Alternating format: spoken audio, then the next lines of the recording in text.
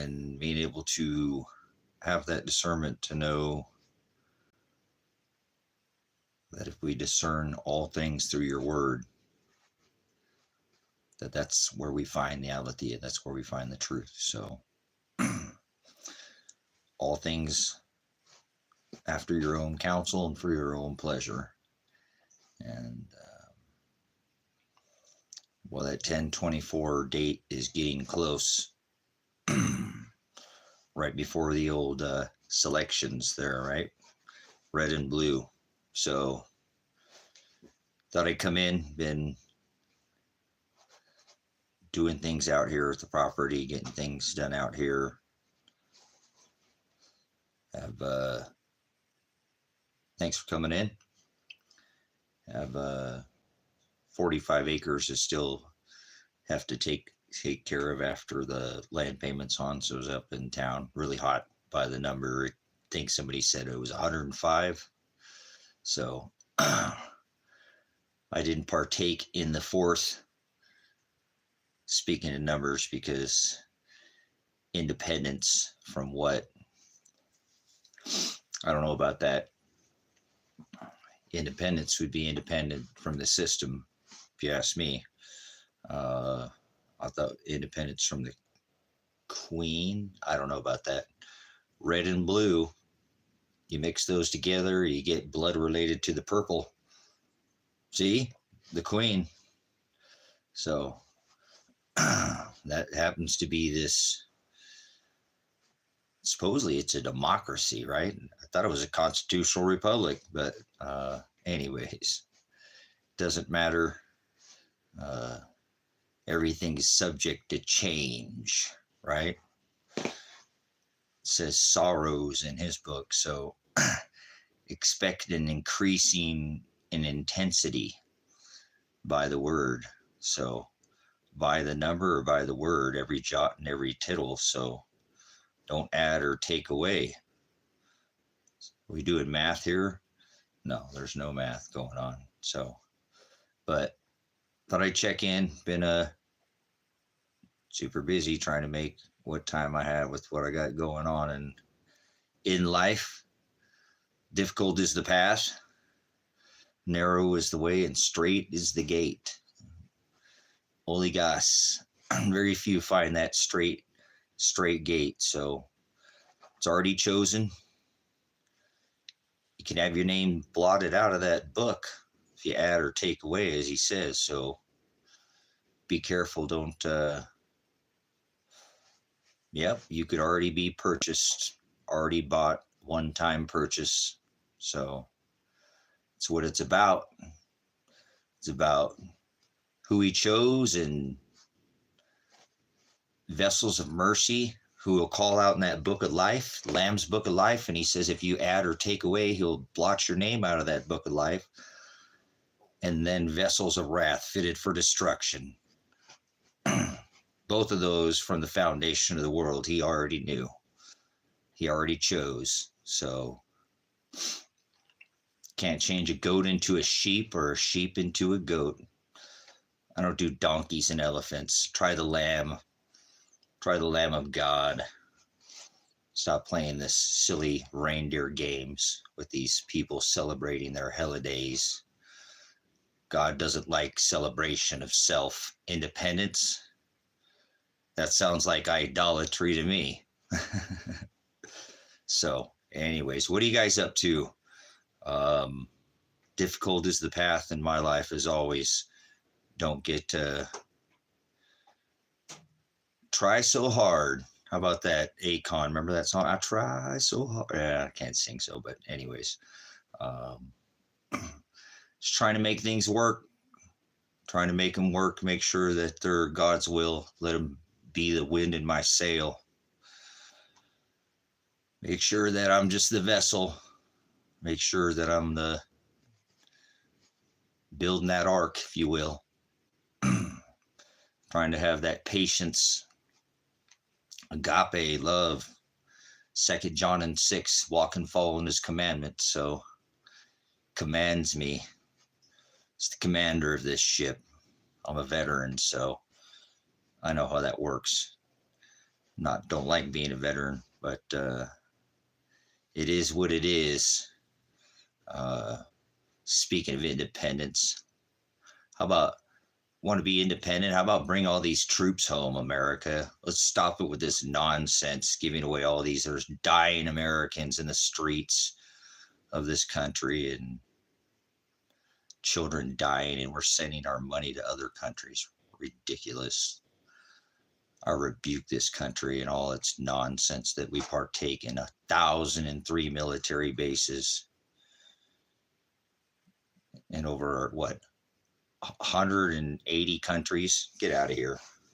So at least George Washington, he knew what was up, but I still don't like none of them. He was a 33-degree Mason.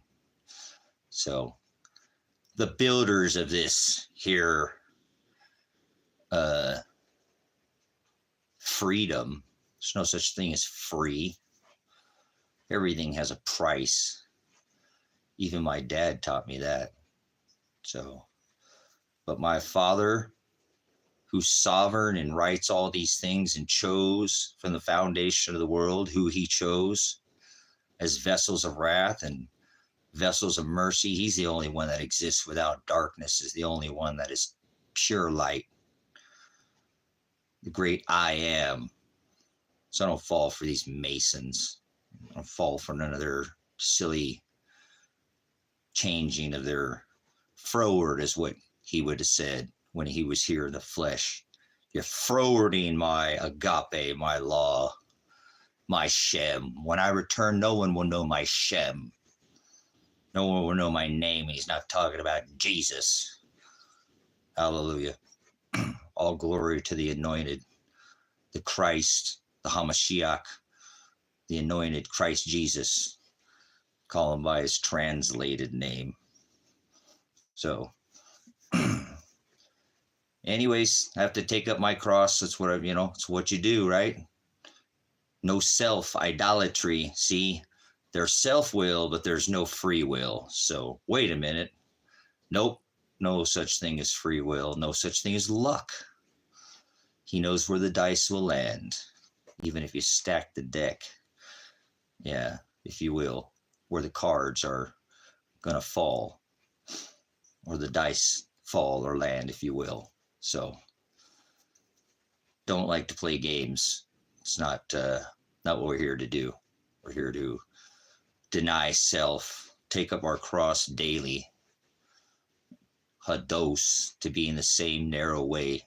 He said, I am the way, the truth, the aletheia, and the horizo, the light. As I told you, the free, sovereign, the one who wrote all these things, create all things. He said, I am the Alpha, the beginning, and the Omega, the end. The beginning and the end. O is the end. The X is the actual last letter in the ox, the leader, the Alpha, and the Omega, the beginning and the end. Z in English, X in Greek. He spoke that in Greek, correct? It's written in that Greek word, in that testament, right? Old and new, Alpha and the Omega, beginning and the end, the one who chose from the foundation of the world, the one who said, I create all things, everything that ever was, everything ever written. I create good. I create everything not in everything that ever will be. Yeah, even if you ain't wrote it yet, it's already chose. He already knows. He said, I, God, create evil. Yeah, good and evil. God creates evil. He says, I do all these things after my own counsel, for my own pleasure. So did he leave anything out? So how's there such thing as free will? There is no such thing as free will. Self-will, which is idolatry. And then there's God's will, agape,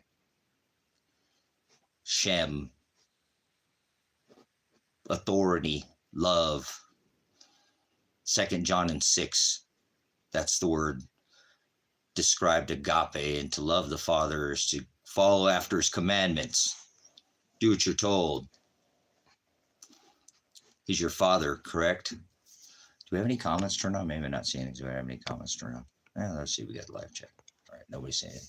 All right. Well, thank you. He does. He creates all these things. So everything that ever was, everything that ever will be, everything not written, beginning, Alpha and Omega, good and evil, and he does these things for his own pleasure. So I have to remind that to myself sometimes, after his own counsel. So no question his authority. So difficult is the path, narrow hados, to the aletheia, to the truth, and then to the horizo, the light. Every morning, the sun came up at that horizon, or the horizo, pro-horizo, predestination, those he chose from the foundation of the world to pull us from that darkness, because he, the great I am, is the only thing that exists without darkness. He said it, I am the horizo, I am the horizo, the pro-horizo. Predestination, I chose the ones from the foundation of the world, and I bought them one time purchase. Can't be saved in your life. You already said you must endure to the end. That's the to be saved. That's Greek. Salvation, save. Sozo is the Greek word. Do you study it in the Greek? Probably not. So, a little Sunday for you, huh? How about everyday Jesus, everyday gospel, everyday cross? He said, who shall ever come after me? Let them deny themselves. See, there's that word, idolatry, the Greek word porneia. Latria, to serve. Ido, our eyes, are the things of the flesh, this dirt, this phone, money, the love, agape, the love of money. Is it what you go after? Is it what you seek every day? Is it steering you? What's steering your vessel? So that light that he is without darkness. Every one of us were born from this corrupt dust to this earth and exists with darkness within us. So only he is free will, has free will, and sovereign above the law. He creates all things and writes all things. And he said we must endure to the end to be saved. Sozo, to be carried from beginning point to an ending point. We must suffer, huh? Spiritual suffering, correct? Don't worry about the flesh, for we wrestle not against flesh. We're not under that testament old, under that law. He fulfilled it. Hallelujah. I love teaching that. It's the only thing that keeps this flesh going. I was talking to some old timers. People had 30 or 40 years on me, and I'm talking to them about Noah. And man, could you live to be 900 years old? Could you think it took them 126 years just to build that ark? Holy smokes. Do you want to be alive? You know, would you want to be to live 900? Old man, not in this body. All right, just wondering. So, how do you think he lived to be so old, huh? Probably didn't eat none of this crap that we eat today, huh? Probably much better food like you ate, more like when you grew up, huh? Or you could eat the fat off a steak, not worry about eating a hamburger that it was maybe a little raw. Oh, you might go to the doctor if you do that now, get a lawsuit or something. Oh, there was that warning on there, right? Yeah. But anyways, so maybe it had to do with their diet. How do you think that? Does anybody have a discussion? Nobody's saying nothing. Just a bunch of people bouncing in and out of here. That's all right. Ain't about that.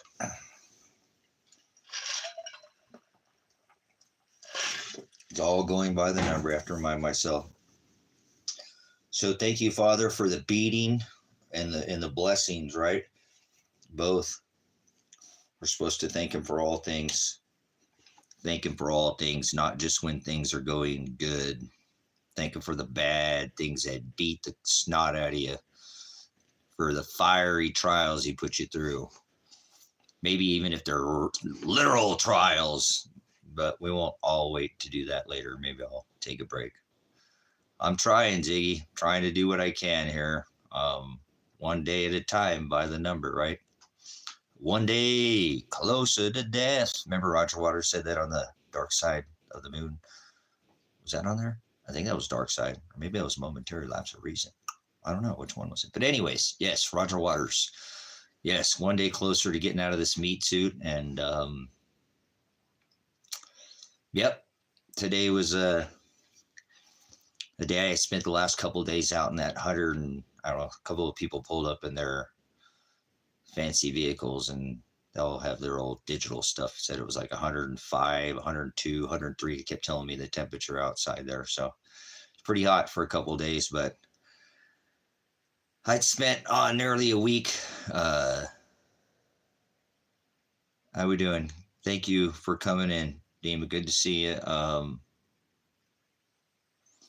So I had to get some things sold, like I said, get the land payment stuff out here, try to get it paid. It was really hot, so it was pretty slow going, to be honest with you. I could have went out there on the 4th of July, but I don't want to participate in none of that stuff. Too many people for me anyways. Gets quite crowded up there in this little town during their celebrations, and that's kind of one of the ones up there that they peg Miss Christmas Valley. So they love their holidays and their fire gods and all their fire ritual, their satanic occult, Satan meaning the adversary. So most of it very opposition and apostasy to the word of God and the celebration. So I just couldn't, I probably could have sold more things if I would have went out there on the 4th, but I just wasn't quite ready. I had been having to go through storage and stuff and try to pull out stuff. I didn't want to, I don't have that much. I've invested in land and sold a lot of my assets, but I have some things again that, I was trying to get just to do my normal thing here. I got much bigger fish to fry than land payments. I have probably about $100,000 at least in attorney fees that I'm going to have to incur for myself, my son, and his wife. So I just need to get through this little whatever. So I had to go do it. It was hotter than you know what, but I think I made, just whatever. People do whatever they want. I'm not trying to change anybody. It just, people don't know the origin. So I just choose not to. Like I said, I could have went out there on the 4th and probably hustled a little bit more, but whatever. Like I said, I wanted to get all this stuff cleaned up because it'd been in storage and wiped down. And I don't know, I just have a way of doing business. So I want to drag my butt up into the main part of the town. Never been known for doing any kind of bad business. My only problem in this town is fighting these stupid,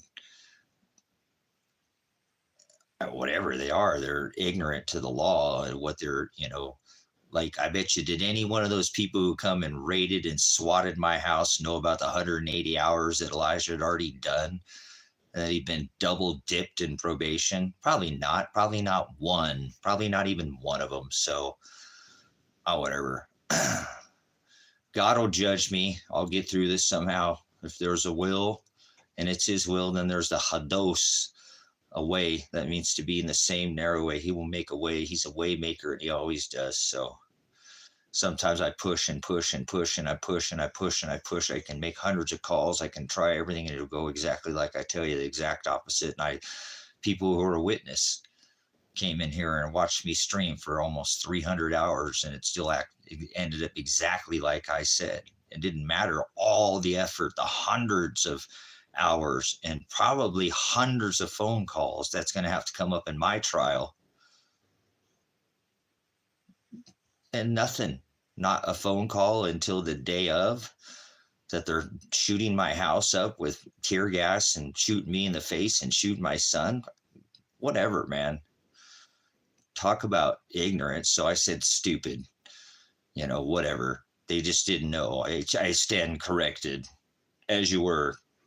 Do you hear me? I said ignorance, carry on. So not one of them even knew about the 180 hours. And that's pretty bad. It's pretty sad, come bust and wreck my house up and haul my son off to jail and me to jail and his wife into jail and all these bogus charges with his wife and not even having probable cause and having a warrant. It's not even on the warrant. And if you go watch the live stream, they said, we have a warrant for your arrest. No, you didn't. So what a bunch of failures, man. And so they kept driving by and they recognized me because they knew who I am. So, and it's in town. So I don't know. a lot of people in this town don't. I told you they're heavy-handed out here. So, and then anybody else not, oh, I haven't had no problem with them. Well, yeah, probably because you hadn't even tested them at all. You don't try to do anything. You just go along to get along, like all the people on the SWAT team that swatted my house. They were just go along to get along, kind of just doing my job, got all decked out to come do Hogan's Alley, come shoot up the guy's house. And yeah, so sorry, it started getting a little hot in here already, guys. I still haven't even got these windows taken care of because it's just too many, and I got some tape in there, but it's not holding the temperature it once was. So it's going to get hot again today and get a little drained from being out in the heat dragging. I still haven't even gotten everything off the trailers or the trailer and the trucker, but sold a few things and it's okay. Got to speak with some of the locals and get to meet some of the older people in this town. And a lot of people know exactly who I am. So maybe that's why some of them don't stop, because Jason, the guy that had where I was set up in town, it was his brother's spot. He pulled out of there as soon as I had pretty much came in. He's like, "Ah, man, I'm hot." You know, he'd been out there for a few days, and I was getting ready and gonna drag my stuff up there and set up somewhere in town. But about the time that I had pulled out of there, or pulled in there, he'd drug his stuff off and left the canopy out there, which was nice. So I played circles around the canopy with the cooler and drank as much water as I can, kept myself as hydrated as I could, and went and picked up my dogs and wanted to leave my dog out here. Still haven't got back my other dog. Kind of really, my heart's broken because of that, but I'll figure it out. It's God's will. God's will be done. So I just miss my Tango so much. He's such a big part of my life. And so it's so different out here when you're used to having a dog for 13 years and you don't have them. You know, every time something like this happens in my life, something with my dog and my precious metals ends everything. Sometimes I lose everything. So I'll be thankful for having Mr. Pants. He's been a good boy, and I ended up just staying the night out there. I didn't want to drag all of it down, and so I had somebody come back and pick up my dog, and I picked up a cot and a blanket, and and a pillow, and slept the night under the stars or whatever. And yeah, but anyways, made it to a couple of days in the heat, and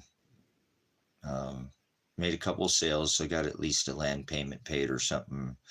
Got something's better than nothing at this point. So I'm going to have to get out there for the end of the day and maybe post some of the things. A lot of people, like, oh, you guys are pretty nice, pretty decent stuff. So I didn't want to drag a bunch of crap out there. And, it took me a little longer because I was pulling from multiple storage units that I have out here that just have, I have 3 tractor trailers out here. And so the one of them behind me, no, I don't know. Ziggy, I don't know. I can't talk to him. I don't know what's going on with him. I can't talk to him. I can't talk to his wife. And so I don't know what's happening to him, to be honest with you.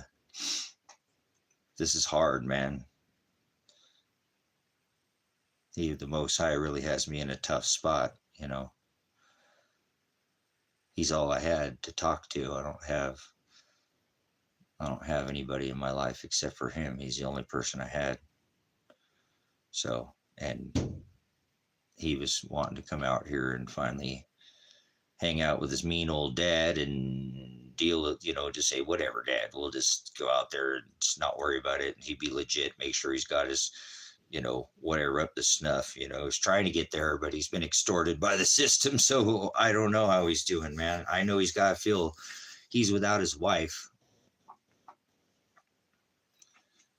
And I can't get that off my brain.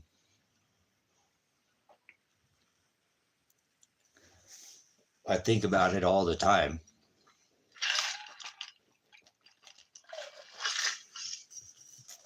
So I don't know what to do.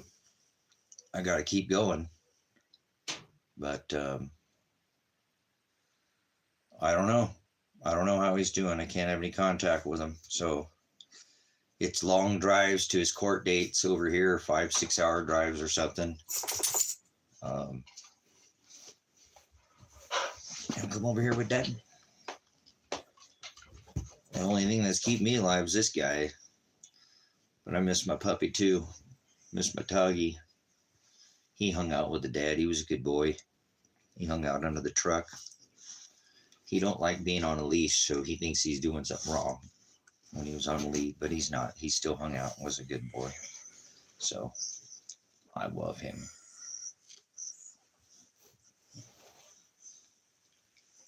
Got to keep it together for the puppins. Always kind of have. Got to have a place for him to live, and that's why I'm out here too. Elijah's like, why don't you just, Dad, if you didn't have those dogs, man, you could be doing all the things you want to do, but whatever. You make a commitment to something, right?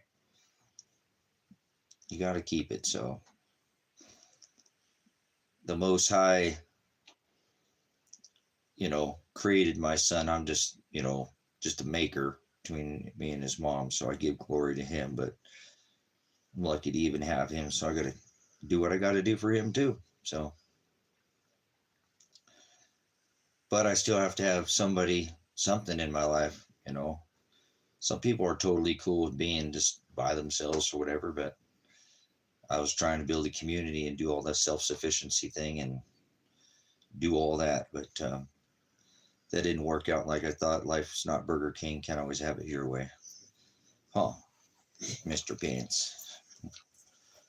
Oh, I love him. I'm such a good boy. He's the perfect dog. He really is such a... Okay, don't be a pest now. Don't overdo it. Sometimes he overdoes it just a little bit. He just does it a little bit, but he's okay. He's just like, well, it's just me and the dad. He's kind of weirded out too, guys, because he's never been without his brother. So all that energy that he has, that he's been used to, spending, is not being spent, So he's kind of he's a collie, Aussie healer mix. And his mom was actually his dingo, is what he's quarter dingo. His dad was a blue healer and his mom was a wild dingo. Oh, mama was a dingo. Oh, he just fell off the couch. You're so silly.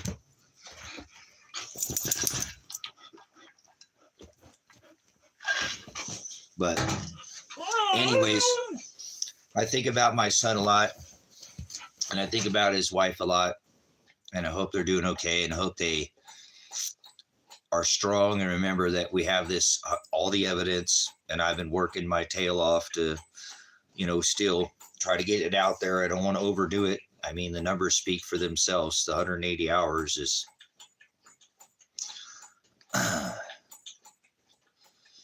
he wouldn't have left the county if he didn't have all his community service done. That was his terms of release. What the county's done is ridiculous. So it's just one of those things where it didn't matter how hard I tried, I still ended up getting swatted and nothing happened the way that no matter how hard I pushed or how much evidence I presented. But they're the ones who pushed it into the court system now. No, I don't. Honestly, I haven't, Zig. I've been just working really hard and I don't have income coming in, so I have no way to keep going, so I have to keep working hard every day and been working on the Rusty Dragon, working on that cabin, one of those moonshine cabins. Again, I was trying to get some stuff ready because I know that this time of year there's a lot of garage sales, and even just everywhere there's a lot more people. We're just at that time where people are having to sell their stuff to get by, man. It's that time, when they print $1 trillion every 100 days, it's just getting more and more expensive here in America. So, but, and I'm kind of forced to, like I said, I'm a veteran, but I don't get veterans benefits or any kind of pay or, I don't get Social Security. I tried, because I got busted up in the military. I didn't claim the injury in the military, but later was in 3 car accidents in 13 months where I was rear-ended. None of them my fault. All somebody running into, or I was a passenger in one of them, but still rear end, accidents that really damaged me pretty bad. I broke my back for the second time, and I've still let them not cut on me. And I'm still walking and I'm still upright. I just did what I did, and I still gonna have to get all this stuff off this trailer. I don't, have any help from nobody, or so I can't lay down. I can't go get cut on. I can't get fixed. I can't even if I wanted to. I just don't have that option. So I have to keep pushing forward, and just by God's will, I keep going, not by my own, because I don't want to keep going. But it is what it is. Remember, I'm not the wind in the sail here. He's the one who pushes me and makes me do what I do. So I don't. If my life had to be different the way that I chose, it would be going through this right now for sure. A lot of things wouldn't be. I have to. I don't do the whole date thing, but I have to remember it was a year ago. I don't know how long you followed me, but it was a year ago that lady just decided to. I'd known her for years. Remember, I dated her years back or whatever, and we met up after years later and whatever, started hanging out and dated again for a little bit. And she did the same exact thing she did to me the first time, where everybody was a witness on the channel, because I'd even involved her on the Predestined for Light channel, that she just like that, easy come, easy go. So, and today's been a year since that day. I didn't even think about it until right before I came on this stream. I was like, oh man, boy, a year goes by fast. So I said, wow, what a year this has been so far. So, but it kind of reminded me of the word, I said, Tracy, I told you sorrows. And if I'm going to tell you to go tell everybody sorrows, then don't expect your life to get easier. Expect it to get harder. So that's what I expect. And I don't think my life is going to get easier until I die.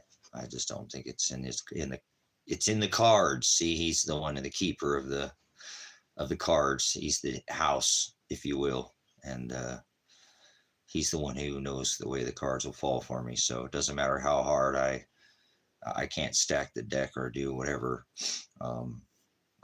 Sometimes I was thinking about, man, I really tried really hard the second time, and I made it very clear and communicated, and even up until like the day before she was on her own. She had her own channel on the internet telling everybody how much she was happy and everything. The week prior, or I think it's 3 or 4 days prior, I was asking her about, hey, are you happy? Are you anything you're not getting? Or your feet ever touched the floor on a cold cabin? Or no, I've always woken up to a warm house. Or keep the fire stoked, the whole thing. Coffee in the morning, the whole deal. Whenever, try to just be a good partner. And gone, just like the time whatever prior, where we had 6 months of perfect days, and then she walked out. She did it to me again. So I don't know, just a hard day, but it is what it is. See, it's all by the number. It all goes by the number for me. Everything is nothing by chance. So no such thing as luck. But what an interesting time. Today has been a whole year since that incident. You think you're going one way, and bam, he'll put you in a completely different direction. So don't count your cards. Don't think if you're cheating, he knows. That doesn't mean that you're going to get away with that. It's all written.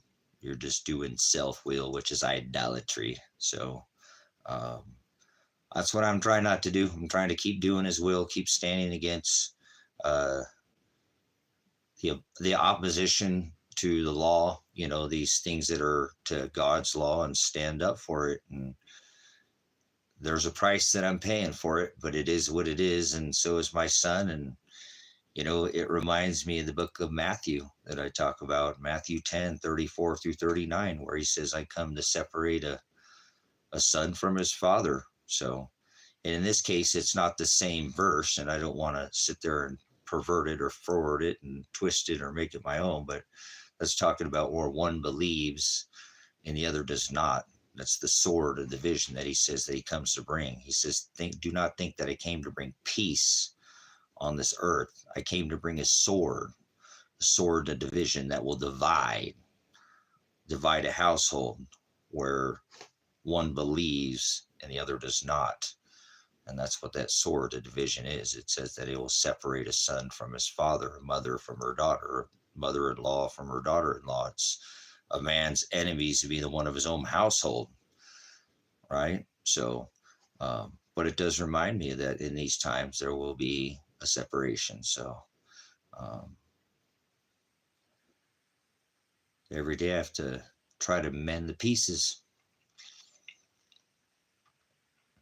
because every day my heart breaks thinking about my son and thinking about his wife, thinking that they can't talk to each other. I'll be all right. I'm used to being alone. Like I said, that was one woman that I've dated, and I've dated two in the last 15 years of dating, and probably only been dating for about 3 years of that 15 years. So at least a dozen of them I've been single. So I'm used to being alone. I don't like it. It's not what I want, but it is what it is. Life ain't Burger King. Can't have it your way all the time. So that's what my mind has been on. And God, trying to keep working.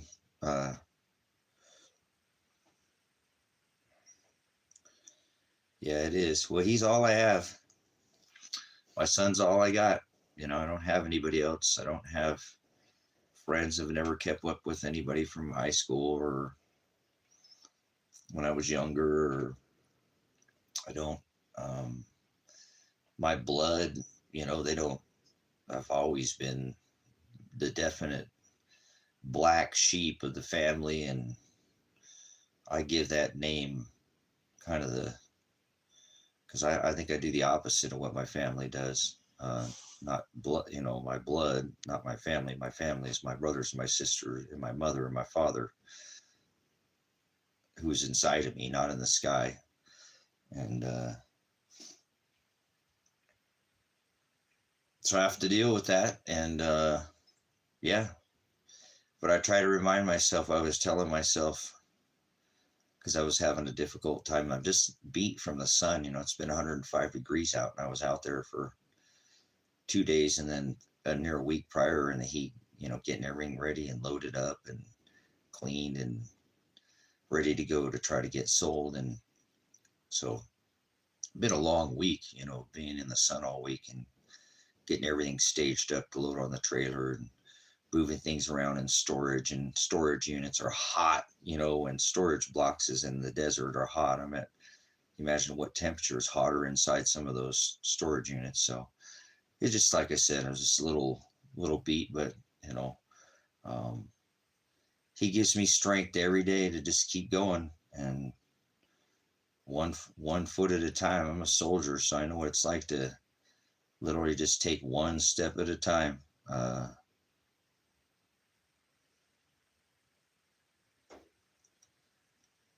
I just don't do what my family's very into, movies and my father was an actor. My aunt was an actress. My grandmother was an actress. My family's into all that Hollywood and NASCAR and racing. My mother's married to a race car driver. Money and fame, and I'm not into any of that. My brothers are very well known throughout the United States for their, their marketers and have done some of the biggest promotions for NASCAR. And I just don't care about any of that. I mean, I've done, like I worked the Olympics and for Chevrolet in 2002, did the Winter Olympics for Campbell Ewald, but whatever, that was, I don't know. Um, I didn't like being away from my son, as a father, and I didn't want to go on the road. I didn't want to be away from my son. I was a father or my dad first, so it's just something that I've always, yeah, it's the worldly things they go after that I just don't seem to. They got all the money, and 5 or 6 years ago, I got in some trouble or whatever, and over standing up to people who just whatever it is, what it is, God will hold me accountable. He knows everything I've done, but and they took everything I had. That's where I lost a dog, um, lost all my precious metals, lost everything I owned. Actually, started all from scratch, and came straight back to where I was at with no job, no nothing, and look around to the things that, I just bailed my son out of jail with all the silver and gold that I had. And I'm thankful for that because he told me to spend it and go on the road and do the things that I want. Take the dogs, go get the double cab Tacoma and go on the road, Dad. I love you. I won't be mad at you if you don't. To go spend it, Dad. Don't hold on to that. I know you're holding his conversation. I know you're holding that on for me, and I don't have a lot. I have to scratch for. I hadn't bought precious metals in like 5 years since I've been able to even buy an extra piece of precious. Not even one round or nothing, because I've been buying land and doing other things, getting this homestead. Tried to really put a lot of time and effort. I built a $150,000 storm shelter. So my time and efforts have gone to other places than the worldly things. Like, there are things for to be prepared and to be wise, and to know that the days that come are not going to be easier. They're going to get tougher. And so we reap what we sow. We reap what we sow. And so I just didn't spend my time worried about things like that, and tried to prepare a homestead.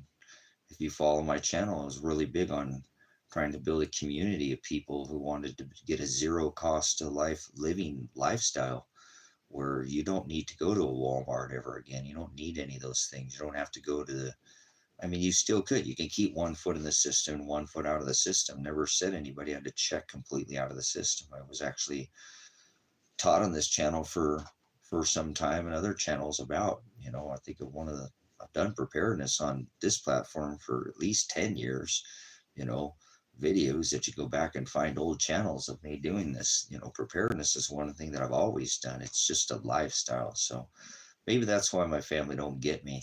My blood is, I've always been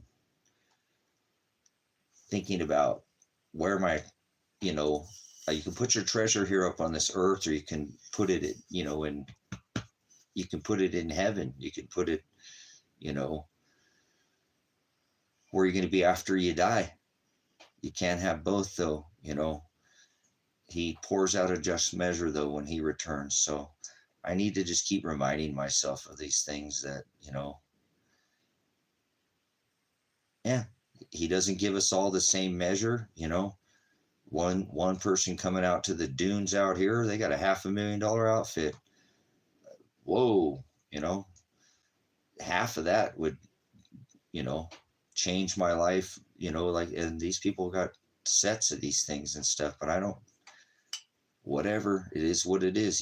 I didn't chase that stuff. So I got what I got. I got the knowledge, the aletheia, the understanding. I was thinking about that before I came on too. And, praying with the Father, talking to him and telling him, thank you for this. I leave here with nothing but the treasure I have, knowing that I've done what I've done is not in vain and worthless. At least in my fleshy thing, it's not a trade-off to me. I've always struggled with this. I've always struggled with not being of the world and being different and being kind of a separated, set apart from. That's why I live out where I live, and I don't live and don't have neighbors, and I still can't even put this property up next door, but I probably should, because I just hope maybe this other property will sell and get some interest, and God's will be done. I'm not sitting around doing nothing. I've taken all my hard time, and I'm trying to, I've invested a lot of money and paid a lot, money on that land. And so if I have to sell it, so be it. This here, but this is just to have the peace and quiet and to have the ability, and eventually wanted to just donate it all to the church anyway. So I'm just having to sell some of it for attorney fees.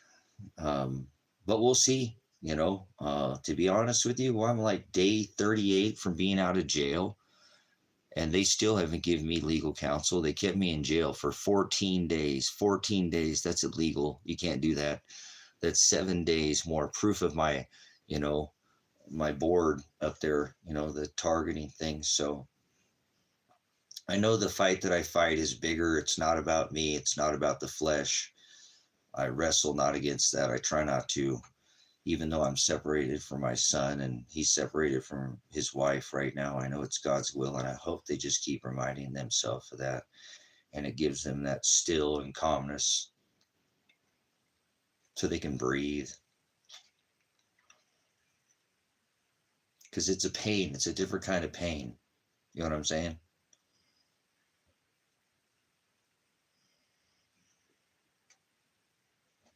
Cool. Blessings that you have a family, Ziggy. That's so awesome. Cherish that. Like I said, that's awesome that bring them to the Word of God. Bring them to God. Do your job. Head a household. Make sure your wife is subservient, so that when you have to leave, God forbid you got to go somewhere, that she'll make sure those kids are the kind of kids that God would approve of when you get back, that you have an equally yoked wife. And if you do, then see, everybody gets a different measure. There you go. Well, just keep going over that word in the book of Deuteronomy, and read Corinthians with her often, please, so she understands that. And go back and watch some of my teachings, or go watch Brother Jim's teachings on when the sons of God came into the women of men, is when Ahab married Jezebel, and he married truth to a lie. And that's what God doesn't want us to do, is marry an unequally yoked woman, and if you have an equally yoked woman that's loves the word like you love the word, and you have kids that, because I always judged with what's going on with my son, because I didn't do everything right. I was a single dad for 8, almost 9 years. I was a single father, and there's no book on single dads. You go into the, community service, and a lot of stuff is written. There's a lot of help for single moms, but boy, being single dad's kind of an oddity. So only guys, just a fraction of single parents are more traditionally single parents. But I always gauged on my success as a parent, was not gauged on this all a little, and I feel like hopefully I did. My son was a moderator on this channel, and I think he can't, probably doesn't even come in here anymore, which he probably could, because that's not communicating with me, but just not talk to me, because we have this no contact order. But I always had gauged my success as a father, because I didn't get it all right, and I didn't have a book. It just did what felt natural. And I said that if I had brought him to, an understanding to help him, it's God that pulls, us to him. But as a parent, we need to bring our kids to the word, show them the hadosh, show them the narrow way, get away from these traditions and these things, these worldly custom things. And that starts a whole different path for them, which was started for Elijah very young in his life, told that, you know, Christmas is not about Jesus. So there's no such thing as Santa. There's no, why are you ruining it for him? Why don't you just let him be a kid? Why you got to be all like that, you know? And whatever, you do your kid the way you want to do your kid, I'll do the way that I chose. So his mother, who strayed from her ways, you know, was whatever, it is what it is.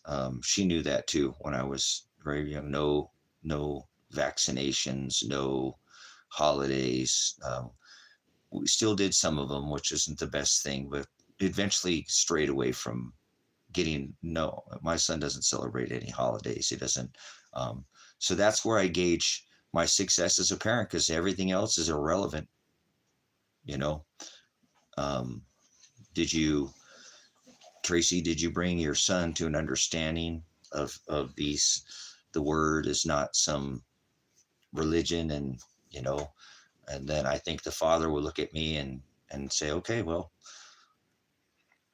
good. You showed him, I'm the one who showed you, but you pulled him. So that's how, if you honestly would gauge your success as a parent, that's how I would do it, Zig. I would gauge my success about trying to make sure, if you have a wife, that she's bringing these children to the hados, to the narrow way. It's really tough to be in the way the word wants us to be. That's not celebrating birthdays or holidays or things just like 4th of July or any of these things. And boy, oh boy, you're the bad guy when you don't do these worldly things. And the children, boy, they pay a price for it too. Trust me, when they're a kid at school that doesn't do the Christmas and the holidays, they stand out like a sore thumb, you know. And so but that's just part of the hados. You know, he said, who shall ever come after me? Let them deny themselves. So that's the narrowing of self that we have to do. Be in the world, but be not of it. And so he said, come out of her, my people. So this is something, again, I don't know if you have this with your wife, but that's what I think God, you have to please God when it comes to a family. If that's your, you know, because when a woman leaves her family, the man becomes her family. And that's why there's that separation with the whole formality with their stupid pagan ritual crap. But anyways, hopefully you have that, Ziggy. That's a little long-winded about that, but that's where I'd always gain my success as being a parent, you know.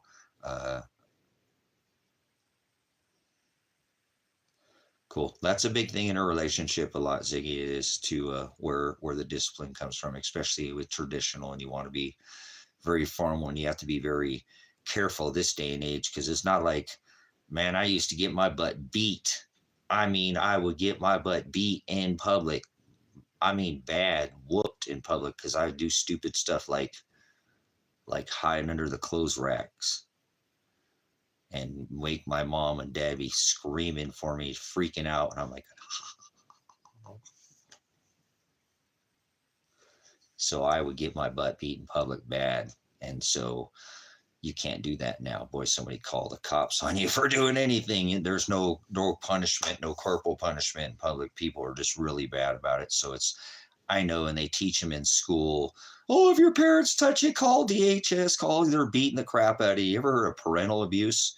That's what my parents, you ever heard of parental abuse? You know, so, anyways, I'm much more traditional. You know, it's really funny because I didn't really have to use any real physical discipline with my son.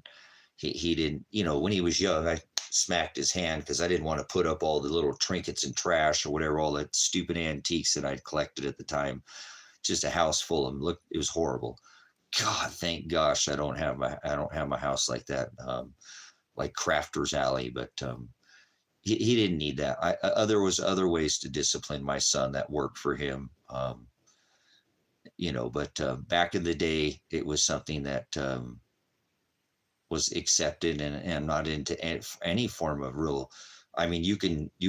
I think physical abuse is something that you know, it has a time and a place, but I don't believe in abusing somebody. Physical discipline is different than abuse. So, you can morally and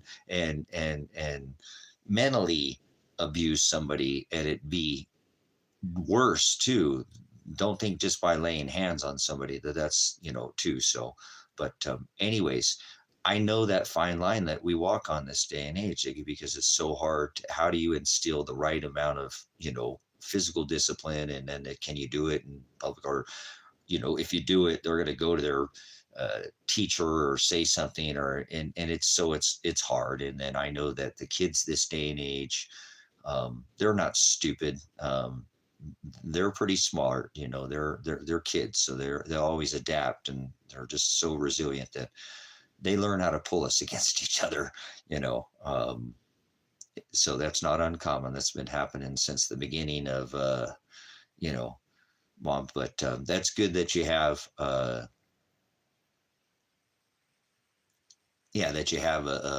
somebody that will communicate with you, and but I think too that the big thing that you can really do for them, I don't know their ages, it doesn't matter, but bringing them to the word really helps a lot. I know that my son, I didn't force it on him like that. I just the word itself, but through not celebrating these things, he got to learn, oh, this is why we don't do these things, and this is why we're so different. Yeah, that's such a crazy thing. Yeah, it's crazy now, because if Jill wants to sew on Jack's button, and Jack wants Jill's pocket, they can do that now. And if you get involved, I was going another from the Pacific Northwest. You guys getting pretty hot up there too. I seen it was like a $1.05 or something out here in the high desert down here in Oregon. So got some family up there up north. But yeah, what a confusing time. I can't imagine too raising oh, thank God my son is not. I mean, because that was obviously, he's 25 now or something, so he's been out of school for a while. Where does the time go? But yeah, like in Oregon, and I think in California now, not Washington, but Washington always follows suit pretty quickly after too. And maybe they have some laws are passing up there. They start asking them questions too when they're young, like, do you feel like Jack or do you feel like Jill? Like, that should be a crime. That they should never be able to ask that to a child. And they teach them things in elementary school now that we didn't get taught until, like, I mean, I guess there was a little bit in, like, maybe it was the 6th grade or something like that, right? When it used to be elementary, junior high school, and high school. Like, I think you had to sign a permission slip if you wanted to go to the education or whatever, but it was very limited. Now I don't even want to talk about it because it's unreal. So raising a child in this day and age is wow. Children don't know. They wouldn't know that Jack and Jill, see, I believe that God created one race, the human race, man and woman. That's what I believe. I believe in the word. That's what I teach. And that's righteous judgment. Okay. I'm not condemning those people. They can do whatever they want, but let's have the discussion.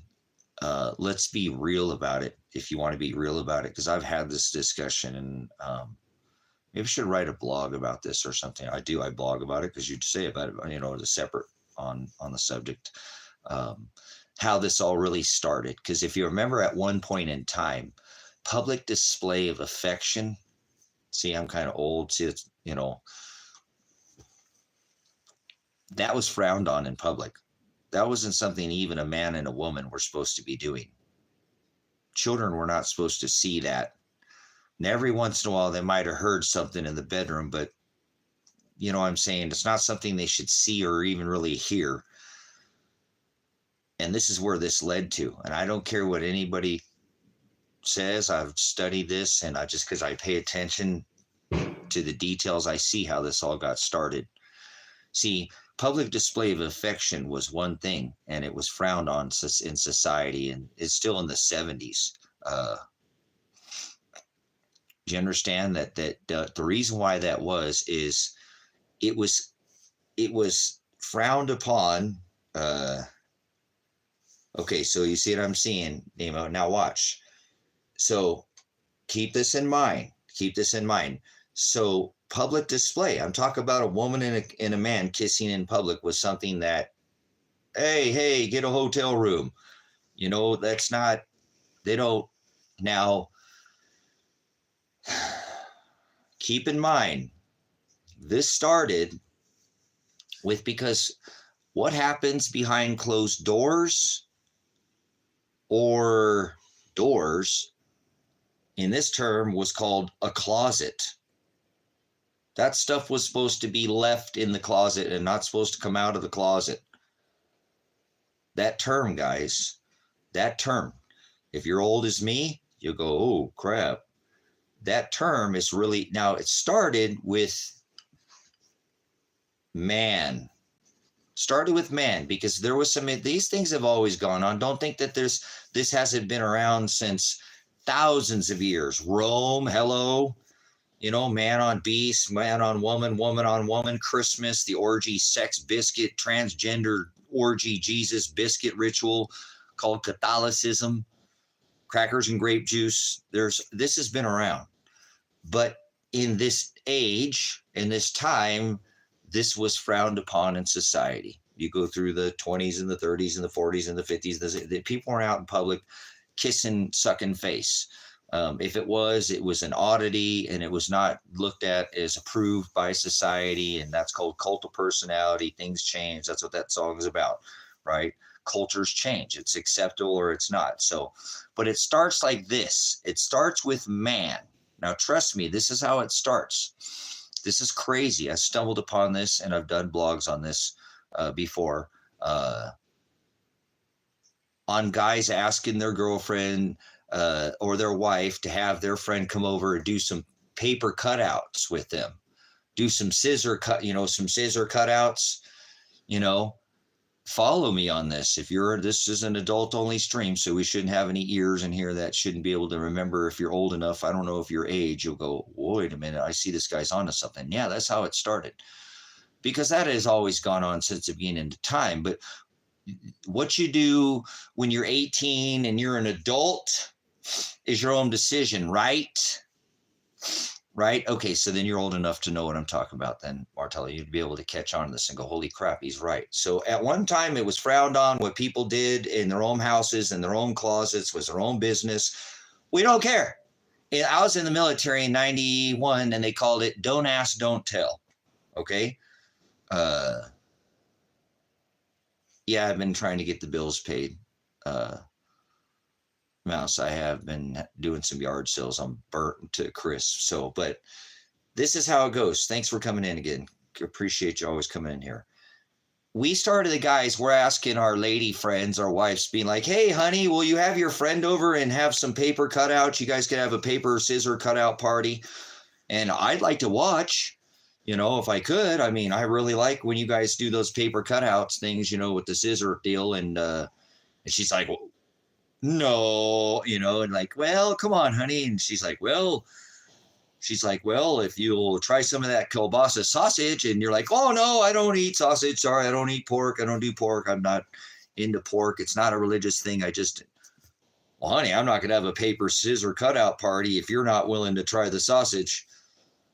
But eventually, a lot of us guys, we got a lot of the ladies to have their paper cutout parties, and we would get to watch their parties or whatever. And so it was a big party, and it went on behind closed doors. And but then that became acceptable.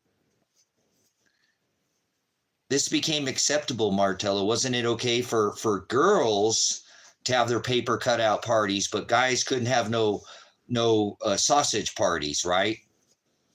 Nope. That was a no. Oh no, honey, you're not doing it if you just have a party. You're not, with the L letter, you're not one of those, right? You're not, because they put all the R2, D2, C, LB, G3, CPO, or whatever different numbers on it now. They keep adding X, Y, T, U.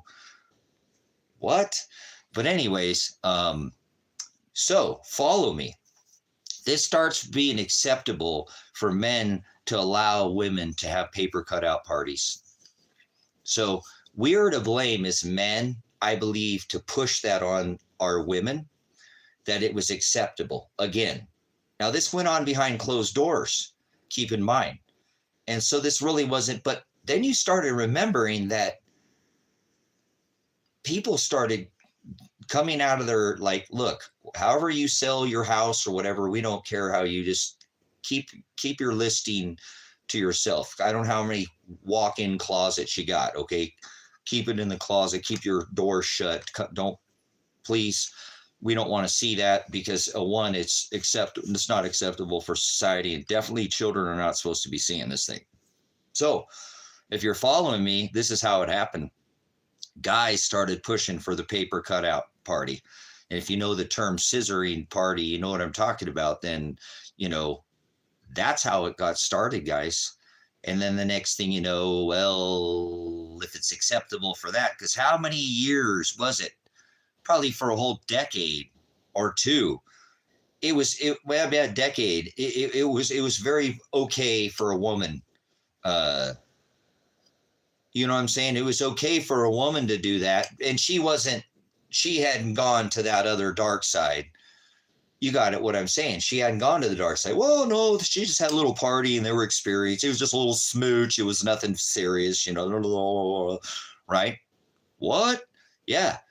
And then the next thing you know, boom, people started listing their houses and people started opening their doors, and then it became acceptable. And that term coming out of the house, changing up one word there, became acceptable. Like that. And it didn't happen like that, but that's how things happen. They happen slowly. All of a sudden they happen. And that's how it happened. And what I can't stand about it is I don't care what people preference that they choose to have, but we should not do this around children.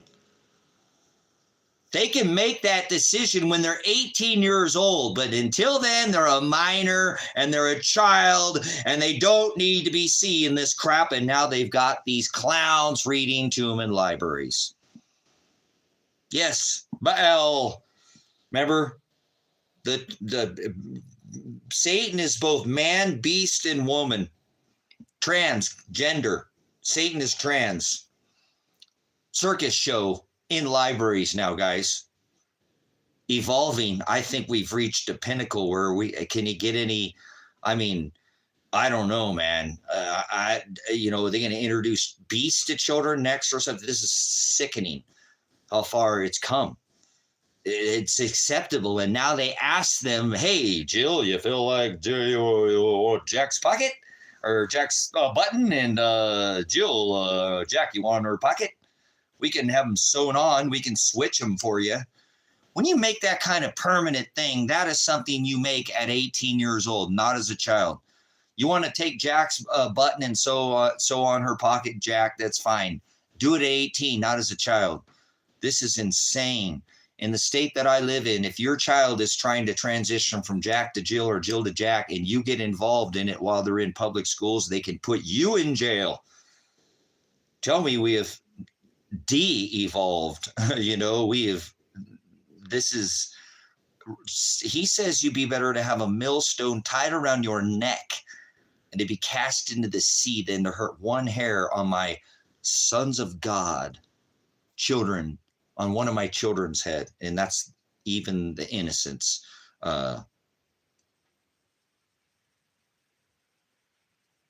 Yes, there you go too, with that crap too. Remember the whole Target selling the clothing line and stuff? Exactly, with Miss Dion, not Sanders, but the singer, remember her, with her line of clothing, you know, blurring the lines, you know, it's redonkulous, guys. It's just really gotten, you know, so I've always stood for, even though my child is grown and an adult, you know, I thought we wanted these children to grow up in a world that was going to be a better place. You know, my grandfather wanted my dad to have a better life. Therefore, my dad wanted me to have it. Where do we stop? Where do we stop as a generation? We oh, well, we don't care about watch Mr. 47 comes in, or is it going to be Miss 47? And then, oh, something happened. And then Mr. 48, well, whatever, the last Trump comes in, just watch. Smash down the gas pedal, just like people forgot about the largest expansion of debt ever in the history of this country here, the United, or which two states are united? Divided States of America.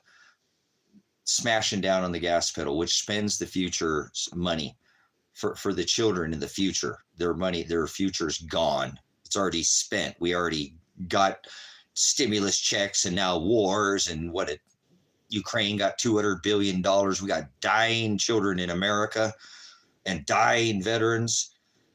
I don't even get veterans benefits, nothing, not a single penny from it. And I'm an honorably discharged tyrant, prior veteran. Okay. There's no such thing as, well, there is, I have an honorable discharge, but is that honorable to serve a country that goes out and stomps the boot, you know, on the neck of nations and makes them pay for it with oil, you know, killing other children? Speaking of children and women, not even people who sign up for war, innocents in the line of battle or duty. What? So I don't know, guys. You know, this country, I supposedly thought there was some morals and values and traditions of this country's gone. Don't fool yourself. You know, it has become an absolute, I mean, there's other countries like this that when I believe that the beast that rose out of the sea was all the nations that surrounded the Mediterranean Sea, this new modern day, new mystery Babylon is all over. There's nowhere you'll escape its judgments. It's, you know, it's the same. That's why they like that octopus logo, because it's got all those different hands reaching out with NATO and the United Nations and all these tentacles reaching all over the world. You know, now with what's that's 1,003 military bases in 180 countries. Okay, enough.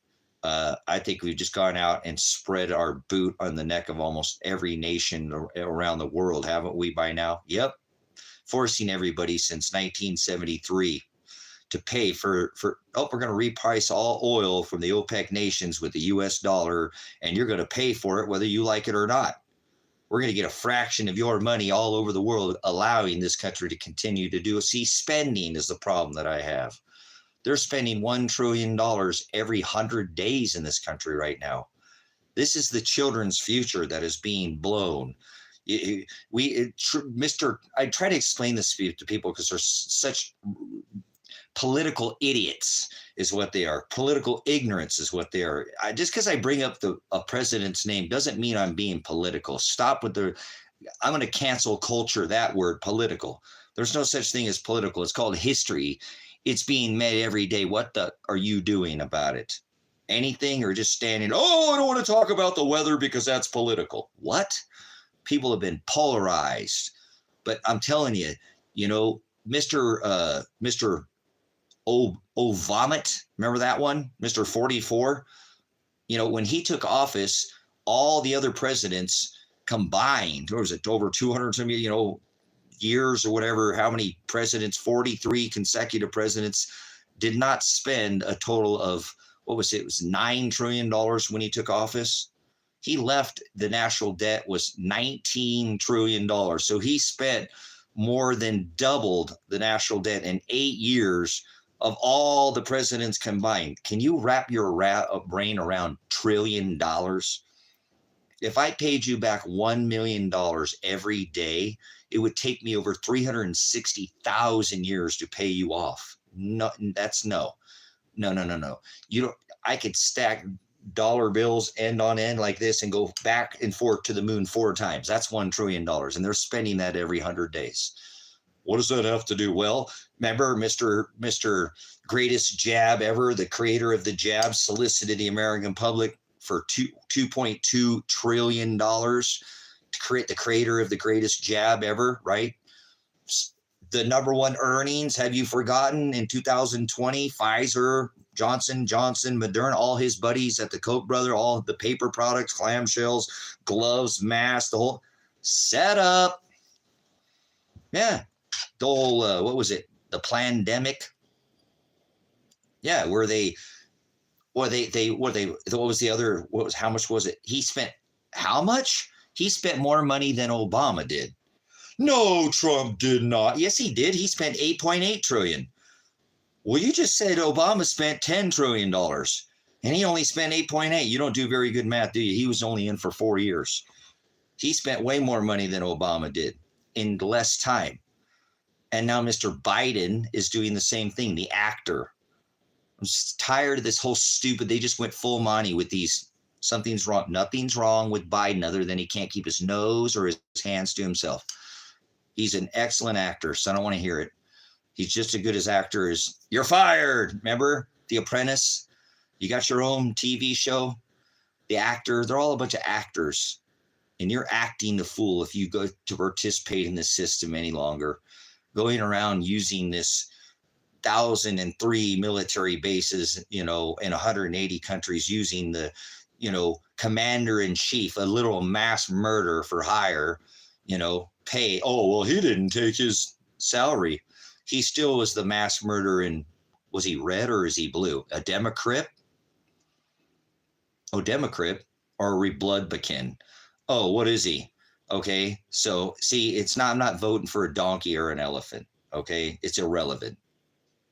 Anybody who participates in this system anymore is voting for their own enslavement. You're voting for your own overlord. And I don't need to be ruled. Okay. It's not what's going on here. This is it was a constitutional republic, not some democracy where 51 to 49 means, oh, we only got to pay off these 3 schmucks and we got it back in our favor. So no, I'm not being ruled. I don't think so. You don't know my life there, Lash. You don't know what I do. You don't have any idea on how I live. I make my own power. How about you? Are you your own power company? You just in here some keyboard warrior? Yeah, I thought so. Anyways, the Most High is the one who pushes my sail, gets the wind going in me. So I don't rule my life. I don't get ruled by. So either way, I'm not ruled by the things of this world. I'm even caught up in the court system right now. But when they arrested me, I don't care about your opinion. Opinions are like rear ends in a hole. 2 wings to the same dragon, 2 cheeks to the same hole. Everybody's got one. So it's a great way to go. Great way to get off the system. One way. I also have, in my system, I ain't got nothing fancy like you, buddy. Okay, I don't have that. It's ain't about money. I got wind too, turbine. That's another way to become independent of the system and not participate in the system. Become your own central bank. Get into things that are actual, something that retains its value, doesn't lose its value. Like all these trillions of dollars that they're printing. Every time they print another dollar, it makes that one in your pocket worth even less. So, don't listen to nonsense and foolish people who are going to sit there and try to steer you down the wrong path. Independence is the best way to stick it to the man.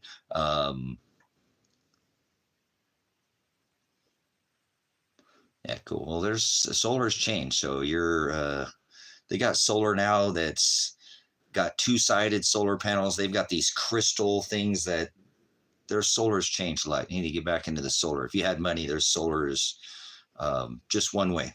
It's not a sustainable for a whole grid type of thing, but independence, it's perfect. It does a great job. It depends where you're at, though. Solar's different at different latitudes or longitudes. But there's new technology that takes away from all of that, that can beat all that, and that only takes money. So, cool. There's solar out there, guys. It's, like I said, solar is something that it's a good way to be independent of the system. It's a good way to stick it to the man. Some of these states offer programs where you can have it put on your house. I'm talking about, and there's nothing wrong with being tied to the grid and being off the grid too, but there's some issues with that. When I'm talking about, I'm not on the grid. I'm not hooked up to a power pole. I've been off the grid for 6-7 years now, or something like 6 years. I don't know. Time's going so fast, but I've been out here longer than that. But I mean, literally, like, had some kind of power source separate from being hooked up to the pole running, other than just doing like generators. And I guess that's off the grid too. But when I mean off the grid, I'm producing all my own power and kind of have a regular source, either wind turbine or solar. There's other ways too now, obviously. So, but these are good ways to, again, alleviate the burden of this system, and that's what they're trying to do, is to keep people in this loop of this, tax. They threw tea in the harbor over 3% taxes. Look how much the average American gets taxed. You have a net and a gross. You go take that. Cool. Sounds like you got plenty of money to go throw it towards a system like that. So I don't think solar sucks.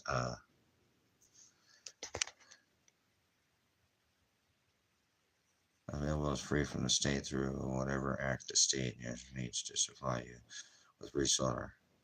So, yeah, you got to be careful with some of these solar programs they have, guys, too, because, getting involved in some of these government programs where they're going to give you free solar. You know how much solar panels are sitting in warehouses that have been made throughout the world? Look how much China has.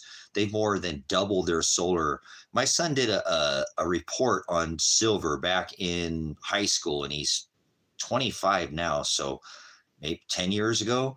And China way back then was doubling their solar output. So the way that it's called photovoltaics is what it's called. If you study the new technology, it's not called solar, it's called photovoltaics. And there's other tech that's just smashing photovoltaics now as well. There's always new tech coming out that they've always had. They're just re-releasing old tech from the 1800s. So either way, I'll go into a little bit, but I want to go off on this.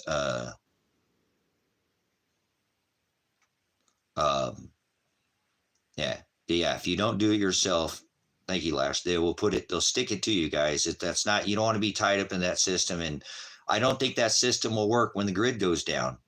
I don't think your system will have the ability to run when the grid goes down. If you got one of these systems, be careful. I don't want to lead you in the wrong way. Every state is different, so look into each program, but you better be one of these things where you read all the fine print. A lot of these systems that are, like last said, he had a hybrid system that will switch from the power to the others. It won't switch over, guys. There's people that have had this system in play, and when the power went down, their system doesn't switch over. So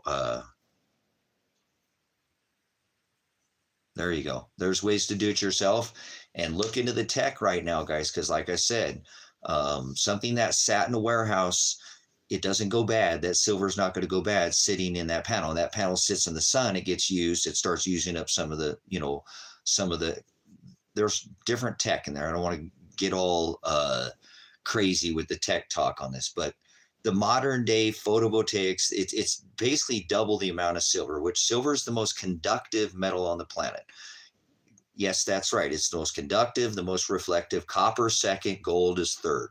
So silver is the most reflective, most conductive metal on Earth. So it has its own properties. Standalone, it's a metal that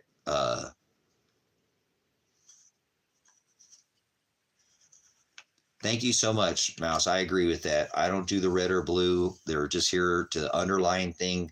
I was just talking to somebody about that yesterday. The same underlying agenda. Doesn't matter what they wear, a red hat or a blue hat. So, but solar is a good way. to look into it, because if you have the money, and the tech is changing so much right now.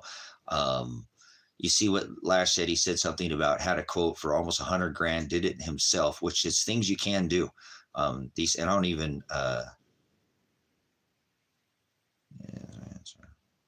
do it yourself to get started. Yeah, that's a good way. That's what I did. Actually, I hired somebody to come out and hook my system up, and I didn't like the way he was. Just something told me, because I had studied it for a while, and I was like, oh, this isn't as complex. Okay, 2 batteries, 4 batteries, you're jumping in, power inverter. Okay, I'm going to go simple. Watch, I'm going to do something they say you can't even do, you know, and do it. And my system's been hooked up for years, and mine's just like the cheapest, because I just charge my phone and batteries or whatever. I don't draw the kind of power that most people do. So I have wood heat. I have, I cook with propane and gas, and different ways of making my power, and I do all my own, haul all my own water. Right now, I'm going to eventually maybe one day dig a well, because I have a well drilling kit. I haven't done that, but either way, solar is advancing very quickly. So I would look into, and I'm not always into getting the newest thing. Look into the tech, but it's changed a lot. A lot of these panels, like I said, that they're giving away right now are old panels, guys, that have been sitting in warehouses that have been, a decade old. And I'm not telling you that solar panels that are not 10 years old are not still good. If they've been sitting in a warehouse wrapped and covered, and not, they're not in the sun, they're not going to deteriorate. I don't see any deterioration on the silver, and it doesn't degrade. But well, they won't degrade if they're covered up, like I said, if they're in a warehouse. But that's what I'm trying to explain to you. Please look into what is called the photovoltaic line, because there are so many warehouses that are full. China, and a lot of these, China's not the only producer of solar panels, guys, but look at the producers of solar panels. There are so many solar panels. Actually, if you want this information, and I'll probably flip subjects here again, is well, there's been a whole bunch of improvement in the battery section too. There's a whole bunch of different technology now. Obviously, with lithium, those things just go up like crazy. I have one, but there's been some new tech coming out with battery stuff too. The military just got some kind of tech that they gave to China. It always so expensive. Remember how much a VCR cost when it first came out? A microwave, throw your microwave away. I hope you don't use a microwave still. But a VCR, what's a VCR? Some of these things were really expensive when they first came out, but they do. Yeah, there's a lot of tech going on. There's like sodium and some of these other, and then there's this, some kind of silver lined, I don't know. I don't have none of that. I have one lithium battery and some gel batteries. What I have, my system is so plain Jane. It doesn't even defice, but it doesn't heat up. It doesn't do anything like that. But what I'm trying to explain to you is, if you look into, there's a gentleman on this channel. His name is, gosh, I haven't watched him. Well, his channel is called Road to Ruta. Does anybody watch Road to Ruta? Who's Road to Ruta? Who's that gentleman? Does anybody watch? He probably covers the silver used in solar and photovoltaics better than anybody I've seen that I watch. Any of the bloggers. Okay, so you know who? Oh, come on, name. And the sun, guys, just zapped my energy so much from being in like 100 and 102 degrees for all day long, and all, stuck out there for a couple of days, didn't go inside or get cool or whatever. So this whole body is trying to, why can't I remember his name? I would never not remember his name. But anyways, the gentleman on that channel, I'll think about it. I'll just stop thinking about it and it'll come to me. I used to not remember anybody's name. Now I remember everybody's name. So I remember people's names that I didn't remember. Hey, I remember your middle name. So, but either way, he covers how much that China is has been using up silver. And you guys got to remember that China is a net importer of precious metals. They don't export any gold or silver. They only buy it. So, like we sell our silver and our reserves. We don't, they only buy it. So, I don't know why I keep thinking Andy Scheckman, but that's Miles Franklin. And but anyways, go watch that channel. It's called Road to ROOTA, and it'll teach you about the Fed, and it'll teach you about silver and gold and all the different gold mines and silver mines he talks about. And then he talks about the solar industry, and he covers it better than anybody that I've watched covers on how much China's really covered up how much solar they've been producing, and a lot of it's been stored in warehouses. I mean, they've stored a lot of solar panels. So I think that's what the long end to what I was saying is that is what a lot of these programs are offering for people, because they got solar that's like this thin, solar that rolls, solar that it's windows. So they've got some crazy, in the photovoltaics industry is advanced in leaps and bounds. So if you're seeing this basic stack and rack of, pretty standard panels, that's probably pretty old technology, and it works, guys. It works just fine. That's what I'm saying. But that's where you don't want to get hosed into one of these programs or something like that, where these guys are really making a bootload of money on the install, because the panels themselves are pretty reasonably priced if you're buying that style panel now, because it's kind of like old tech. It's almost like you're buying a VCR now. And people wouldn't know that if they've never had solar. They just wouldn't know. That's what I've got. I got the old stuff, I got a couple, I don't even know the name of my panels. So, Bix, thank you. How could you not remember Bix? Bix Weir from Road to Ruta. What a great blogger that guy is. A little out there. I don't do his whole thing with the lady that he brings on with the tarot readings or anything, but he does such a great job at covering the Fed, and he covers the Fed too. If you're into economics, guys, Bix Weir is a great blogger. You just filter some of his stuff out. About 10%, I filter out what Bix says. But I've been following that channel for, forever, since he started. A lot of these guys have been following since they started all their channels. Some of me before some of these people did like television shows and things before they ever went, run some of these, before they went to alternative media. Some of them would do shows and they create their own channels. I've followed some of these people, and I followed Bix for a long time. So he is a card. Let me tell you, that dude, he's got some stuff that is just off the wall. But you got to take it with a grain of salt. Like, he's the one that got me watching. He's not even on anymore. And he's the guy who's got the computer program that does all the cycles. And he doesn't get everything right either. But he's a crazy guy. He uses a whiteboard like myself. He's got a whiteboard behind him. Really smart guy. He lives up in Washington. And he's another one that does some of the cycles too. He understands that a lot of these things are just very cyclical. And that's what I think that China is doing out here with this solar, is they're riding the cycle because they know what is to come, as far as, you can't say that the sun is not working. It's hot and white, and it's pumping out a ton of energy right now. So until the sun pops, solar is a good option to have some independence from the system. And I would try to do it not hooked up to one of these government programs if you can. If there's nothing wrong with having solar, but again, I'm concerned, and I've seen in the past where people have this dual system, hybrid system that doesn't want to switch over when the power goes out. They don't work. And I think that's because they've got something tied into the system, kind of like a backdoor like China's got on everything. And you got to remember that a lot of that stuff is probably a bunch of spyware too. So anything you buy from China has probably got any kind of text, probably got some kind of backdoor somewhere within it that's got some way to listen or to to watch you. And it seems like, nah. So, yeah.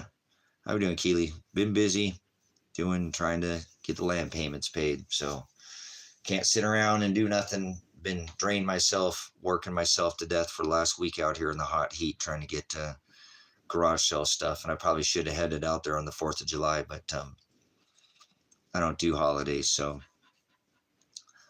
probably could have sold a lot more stuff that day because a lot of people stayed out there all day and wandered around town. This little town gets kind of full with the parade, and yeah, it's in everything now. It's in everything.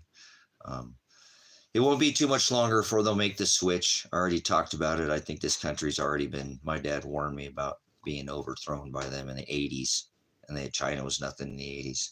So,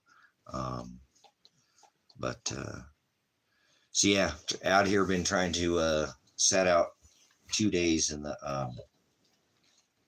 I think it hit 105 yesterday. 100, or didn't get quite as hot yesterday. So that's what I've been up to, you know. Still obviously go out and carry my cross when I talk to people, but I don't know. I'm kind of blown away here. I'm still 38 days now since time of arrest, and I still don't have legal counsel. I spoke with I check in once a week, whatever, and I'm on a list. What the hell does that mean? You're on a list. So the last 38 days, no, not one person's gotten an attorney since I've left that jail. No. It's always one more week.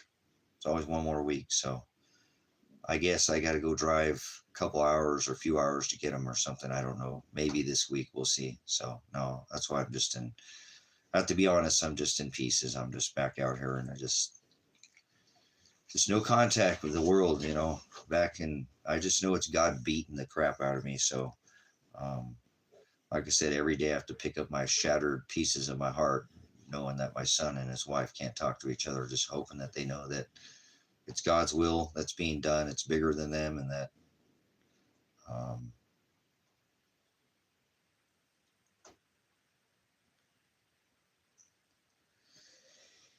I appreciate it. I do appreciate it. It'll all work out. I'm sure it will. They are really kind of blowing it right now. God, my eyes are so bad from being in the sun. And then, you guys, this right eye, I'm going to have to go to the eye doctor, man.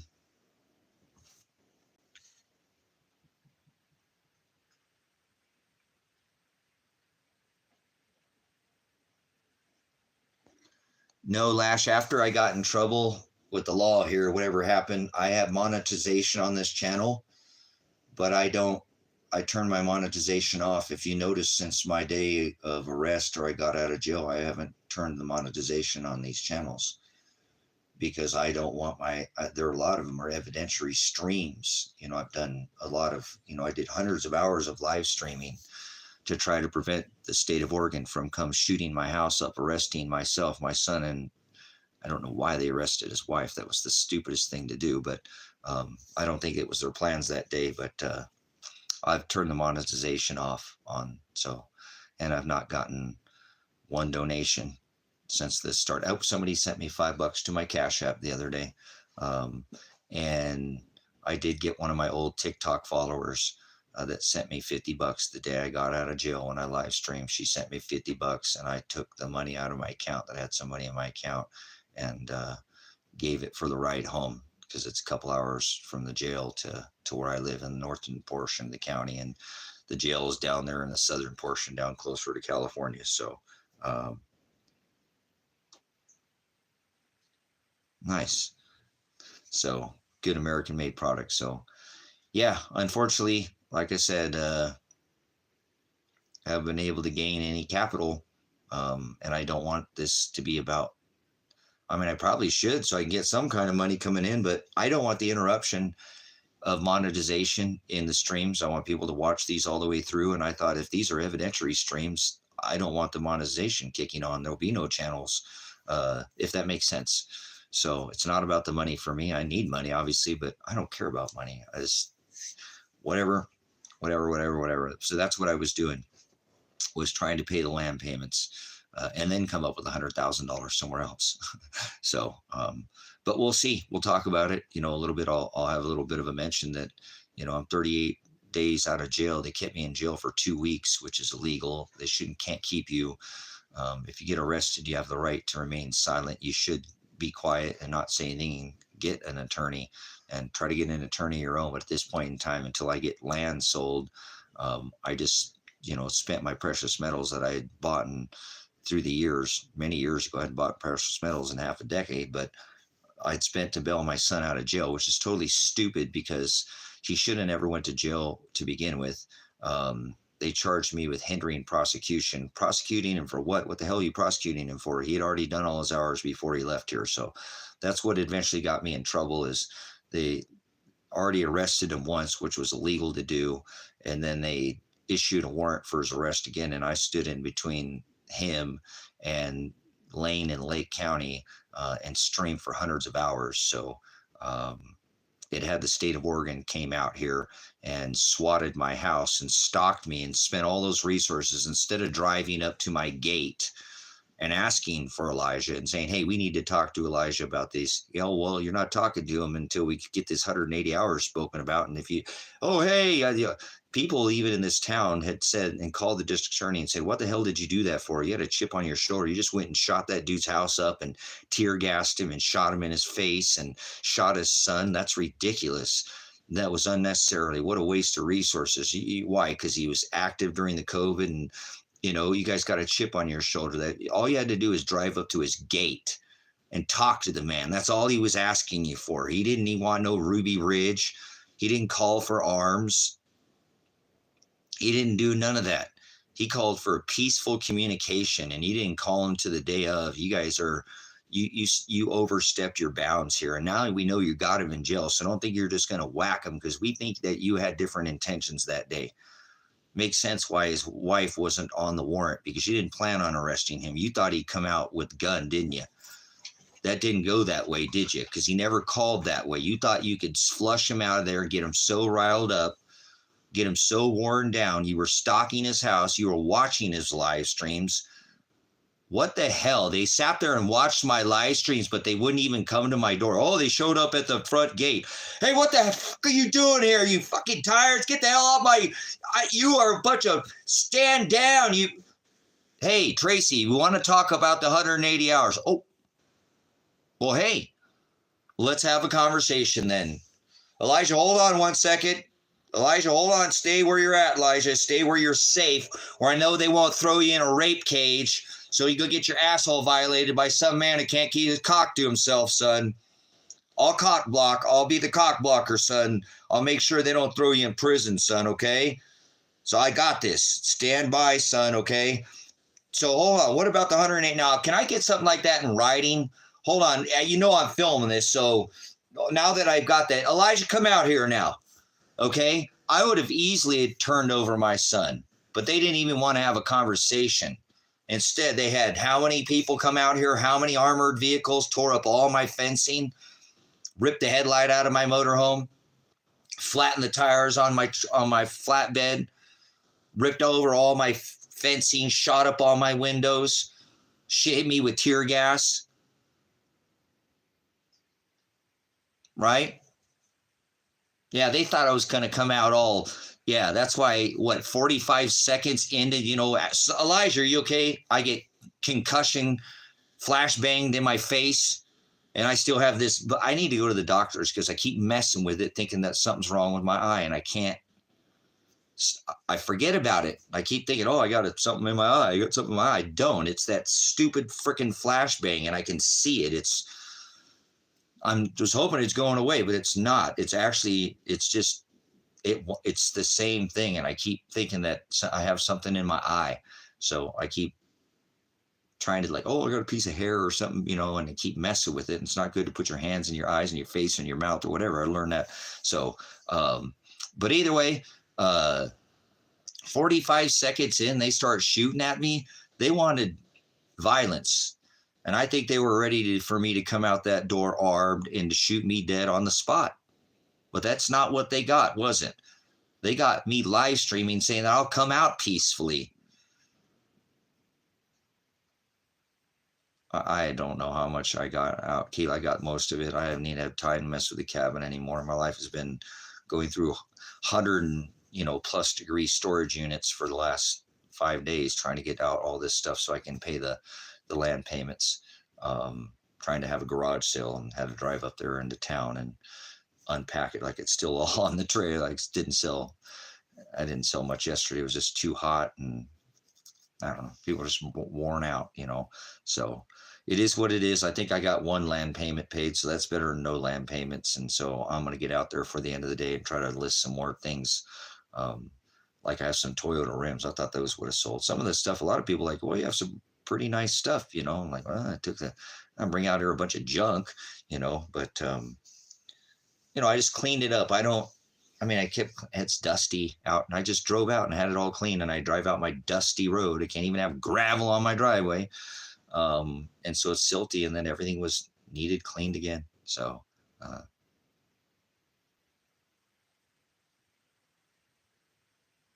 cool. Nice. Yeah. There's a lot of things, all biblical. I've heard that name. I think I've heard that name before. Maybe I've heard of a blog. Myron Golden. That sounds familiar. Well, I kind of am. I'm in Oregon, but I don't know. All of these states are communist. All of them are. There ain't no states in this union that are not. I don't care if they're red or blue, but this state isn't very. I'm standing against the law under police targeting, corruption, police retribution, legal retribution. And I'm the guy that's nobody will stand up to him out here. And I've been standing up to him since the day I got out here. So it's to be, it has to be like this. I'm that guy. I've been standing up since I've been out here against him. So I won't stand down. As a matter of fact, I tell him to stand down. I guess that's my interfering with a police officer or a peace officer. Peace? What the fuck you mean peace? I called for peace, state of Oregon. I called for peace, Lake and Lane County. I called for conversation, one phone call. Somebody come to my gate. Instead, somebody comes to my gate. What's he say? Not a damn thing. Does he pursue? No pursuit, no nothing. Didn't even get out of his vehicle. Didn't have his lights on. So I don't want to hear this. And under suppression of evidence and right of discovery, I haven't seen the video. And so if you try to take me to trial, state of Oregon, I will suppress that evidence because I haven't seen it. You can maybe present new evidence, but you got what? I've got a court date on the 22nd of this month, which will creep right up because I have to check in, right, weekly. And so that means you guys don't work the weekends and you don't even hardly work when you go to work. So you got like 21 to 23 days. I didn't sign over my rights to a speedy trial. You got 90 days to take this to trial, state of Oregon. Well, Lake County, you're the one who signed up, but you're going to have to be there with all your docu-cams if you drive in. And I want under Freedom of Information Act, I'm guarantee I want to request all your salaries. Have you had any disciplinary actions in any of your files? I want to see all your actual field cams. You understand? I want to see all your field cams that day. How many armored vehicles did you have here? How many officers did you bring to my house? And I called for the opposite of that. I actually called for you just to call my house. I called for years. I probably made hundreds of phone calls that will have to be summoned in my lawsuit, right? No. That comes after. Well, maybe we can settle. And I've been calling for the state of Oregon to stand down and get a hold of this hard-on for Tracy, district attorney, who kept me in jail. You want proof of targeting from the state of Oregon? Or at least not so much the state of Oregon, because they were just a bunch of, at this point, whatever, useful idiots that served this warrant and didn't even serve the warrant with the name of his wife on there. And you called out in the live stream. Go watch it, the live, guys. I can't watch it. I don't think I'll ever watch it again. It's on the live. It's a 16-minute live. It's not on the channel. It's on the live. 45 seconds. They start shooting up the place, tear gassing.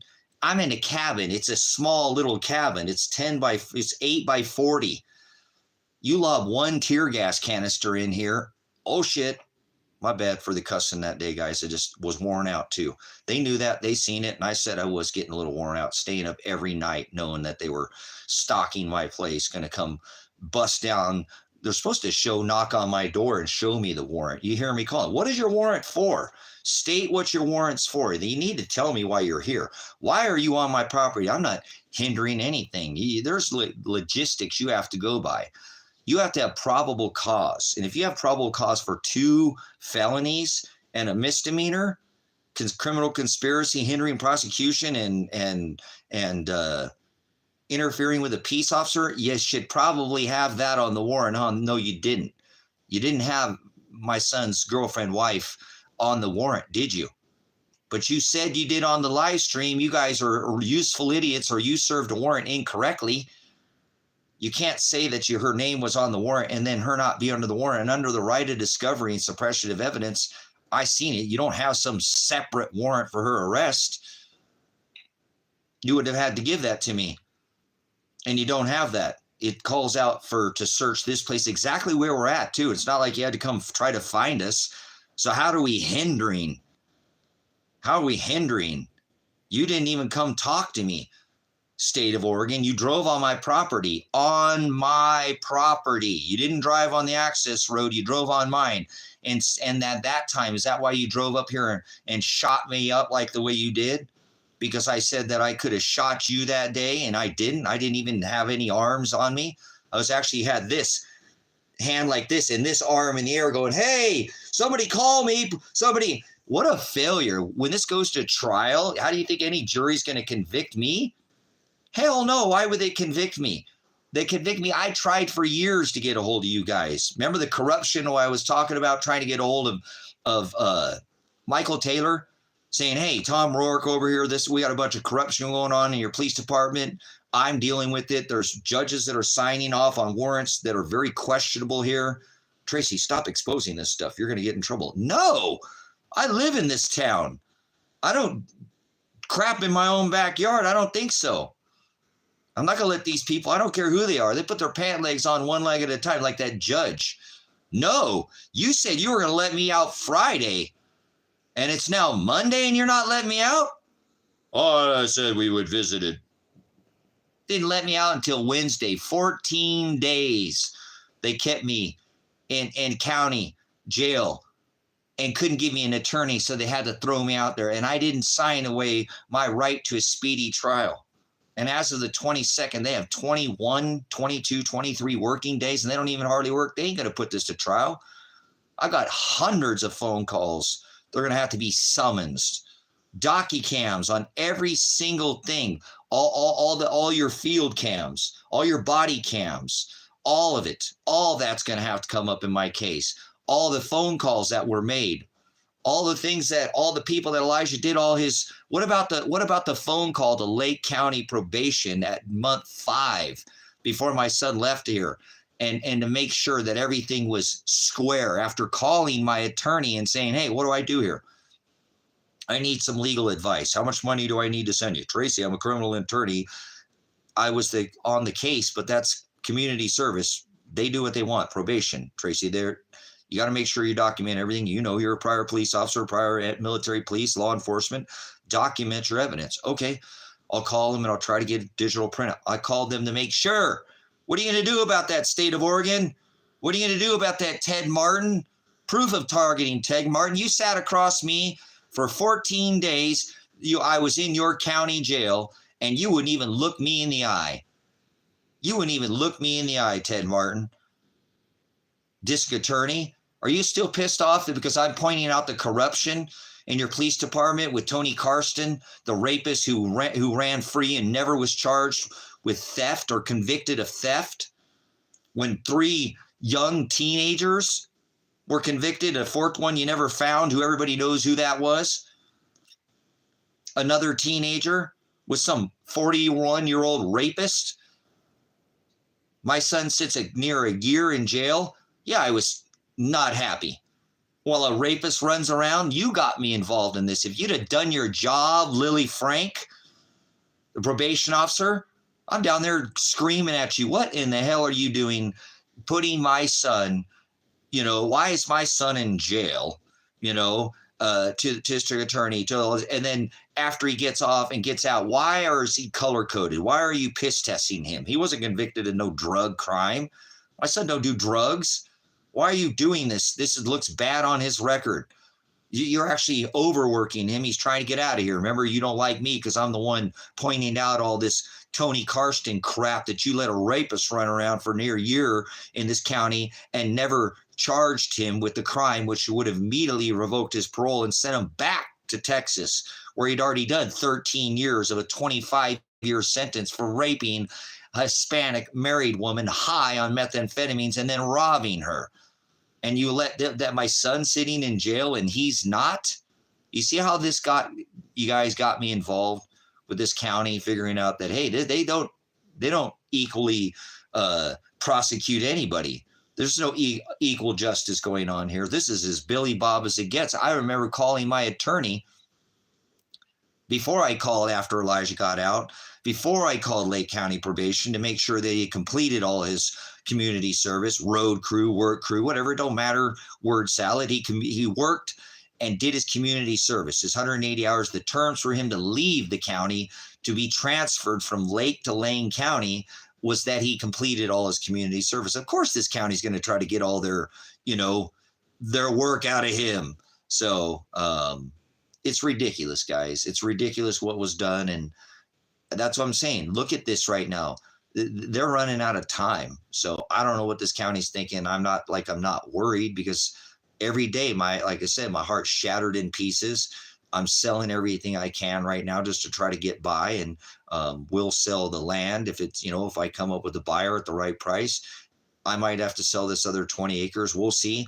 I've got the 5-acre parcel for sale. So took some time. All my photos, guys, gone too. Again, every stinking photo is gone out of my phone. So either way, thanks for coming in, Samantha. I haven't seen you in forever. Another one of my TikTok followers. So got involved with some stuff. If you know me, that guy who stands against tyranny, and got the law involved with my son. But that's what you do for your kids or your animals or your whatever you do. You go to bat for them, and that's what I did. And so ended up landing me and his wife in jail. But I don't think they're going to be able to make anything stick on his wife for sure. And they couldn't put this into a trial for me. There's no way they could put this to trial. And there's too many people involved. You guys seen, I've done the live streams now since I've gotten out of jail. Guys, I've been out of jail since the 13th. So a couple of weeks, almost a few weeks now. And they still don't have an attorney. That doesn't mean that I'm not trying to get one, but they still have to provide me one. Remember, if you're arrested, and they did arrest me, I want to see the body cams. I want to see the body cams of you Mirandizing me, calling you out right now, state of Oregon. Sam Birch, how come there's no body cam of you Mirandizing me? So you come without a warrant, without his wife's name on it. You arrest her, take her to jail, charge her with 2 felonies and a misdemeanor. You charge me with 3 felonies and a misdemeanor. You charge my son with a felony and 3 probation violations. And you don't even have her name on the warrant. And then, if I'm not mistaken, I don't remember any Mirandizing me of my rights. So you have the right to remain silent. You have the right to an attorney. Well, I think it'd be thrown out there because you didn't do that. And if I did, that attorney, you have to provide me an attorney in 7 days, or you have to turn me out of jail. You have to turn me out of jail. You understand that? You can't keep me in jail for more than 7 days. The attorney that was representing Elijah, I don't think that's even Elijah's attorneys anymore. I don't think he's paying attention to the 180 hours. So I think Elijah fired that public defender. So that means that none of us have an attorney at this point, which would be pretty crazy that they're the ones who pushed this into the courts, and they did all this stuff to make this, when none of this had to go to the courts, they could have just called my phone. We could have figured this out when I called Crusher Brunsman, the head of probation, multiple times and had multiple phone conversations with her lengthy. That's all going to have to be summons in 20 some days. You guys, they're not taking this to trial. There's no way in hell. And I'm not asked, there's no way they're extending this. I have the right to a speedy trial. And if they do not produce, how could they even, if they got me in, I called the lady at the Lake County, whatever, pretrial services. I'm like, hey, you guys got me an attorney yet? You know, you have the right to an attorney. If you can't afford one, want to be appointed to you. Okay, I'm trying to sell land or whatever, but I don't. Where's my attorney? You know, Elijah's attorney represented me during court, which is illegal, and was telling the courts, you can't keep this guy for more than 7 days. You know, there's some kind of thing going on in the Ninth Circuit right now, but if you keep him more than 7 days, you're going to blow the whole case. Proof that Ted Martin is targeting me. Between him and the judge, they didn't let me out for 14 days. They kept me 7 extra days, which is illegal. So that's proof right there. Proof of targeting right there. You want proof of police targeting right there. District attorney is prosecuting attorney was targeting me. There was people that were in jail. They're like, no, wait a minute, Tracy. We know you're really active, but you don't have a criminal record, correct? You don't have a record? No, I don't have a record. You don't have no charges? No, nope. I have a clean record. You're a veteran, right? You're an honorably discharged veteran. I've seen you have military plates and you know. So you're a veteran and you pay taxes in this county and you don't have a record and they haven't let you out? Dude, that's stupid, man. I cannot believe they would do. Oh, you sound very valid now, man. What you're saying is kind of crazy and off the wall, but dude, they must be targeting you because even all the other counties like Klamath County, this is a statewide problem, guys. There are more people being charged right now than there are prosecuting attorneys in the state of Oregon that can prosecute cases. They go through all this planning to get all this, calling the landowner of the company that I bought this land from and getting hold of him so they can gain entry, stalking my house, driving on my property. State of Oregon drives on my property. The sheriff's office, back and forth, day after day after day after day after day, stalking, all that waste of money. And they could have came to my door and talked to me, called me on my phone. They wasted all that money and not one, and they sat there and threw me in jail and then made money on for an extra 7 days. These people are greedy. And I think that's why they charged Elijah's girlfriend, wife, you know, they've been together long enough. I think that's common, you know, between them that they should, I don't think they planned on charging her, guys. I think what caught the state of Oregon off guard is they're like, oh, we watched this guy's live stream and he's a loose cannon. He's going to come out armed. And if we shoot him, he'll shoot back at us.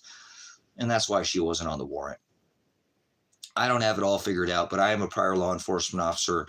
And that makes more sense to me. I think they thought they were going to shoot me dead. My son was going to go to jail and he wouldn't have his dad to speak up for him anymore. Because I've tried for years speaking with everybody from the head of probation, you know, Richard Greer here and is it Richard? I think it is.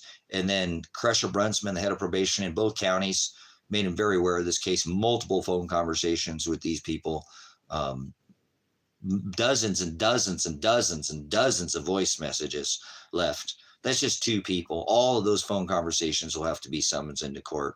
There's no way in hell, guys. All the people that Elijah went out and did all his work with at the dunes, the fairgrounds. I talked to the chief, the fire chief. They had him in there over some stupid crap. And because one of these police have it out for him, Josh, one of the corrupt police that I audited out here. So good luck with your PC for stop being expired tags. That's not under my 4th Amendment, right? The right to travel. 4th Amendment, secure in your houses, papers, persons, your effects, your right to travel is covered under your 4th Amendment. Remember, there's rights under the 4th and 5th and 1st. You have rights that if you apply these rights and assert these rights, they're still going to have a very hard time convicting me, guys, because I'm not all capital letters. And every time I went into that courtroom, as I told them when I was arrested that my name was Apocalypse. What's your name? My name is Apocalypse. My name is Revelation.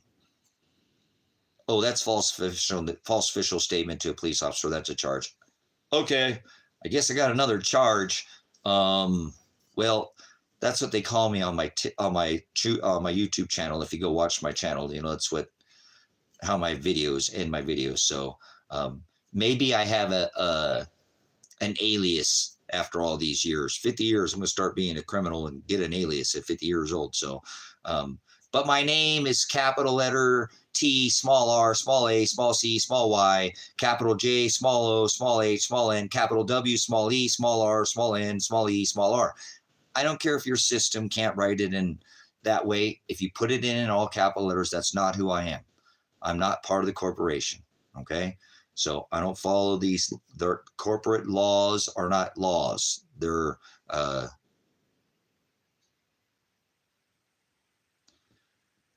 Portland. Yeah, a lot of people get away with some of the, but this thing is a lot bigger. You know what I'm saying? Mouse, I'm saying this is a big case. This is a huge case. And I think what they're trying to do is just sweep it under the rug. So I think at this point that the state of Oregon should contact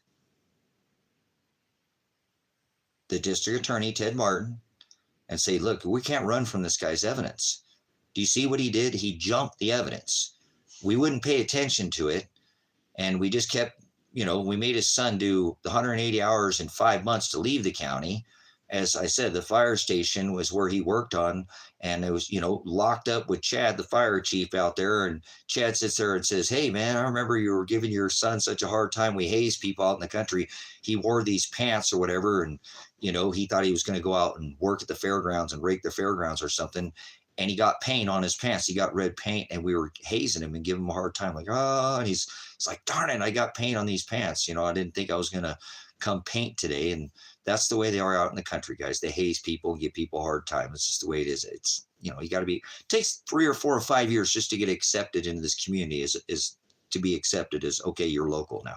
It's not that town, guys. It's a pretty tough town. So either way, Chad's like, oh yeah. And he was there like 3 days painting the fire station, guys. Elijah had worked some days 2 and 3 days in a row. At the 5 months that he had worked at 1 day a week at 8 hours a day is 32 hours in a month. Elijah left after 5 months, and so this is all something that I've pointed out to both these counties. So how this state of Oregon came in and served this warrant was it's hogwash. It was a big dog and pony show. And I think it was a big Hogan's Alley. And I think they made one plan, and that was to come in and for me to come out.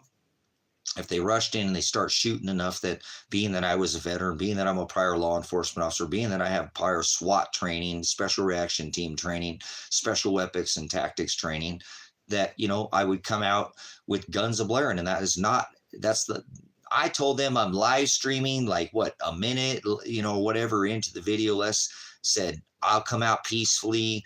I just need to get my animals taken care of, whatever. It is what it is. I don't agree with you here, but if, I'm not going to sit there and resist arrest. That's why nobody got charged with resisting arrest. Nobody resisted any arrest. We all came out peacefully. I was very happy that my son, you watched the live stream, and you did the right thing, son. You hear him saying, why are you here? Why are you taking me? What about my 180 hours? So they can't jump this anymore. They can't run from these 180 hours. As soon as they admit, and they're going to have to admit, because remember, I called Lake County probation at month 5 to make sure Elijah completed all his hours. I called Lake County, call Ted Martin, call the state and say, hey, this guy's got so much evidence against us. He has so many lawsuits against us. We need to stop this before we keep making more problems for ourselves. You know what I'm saying?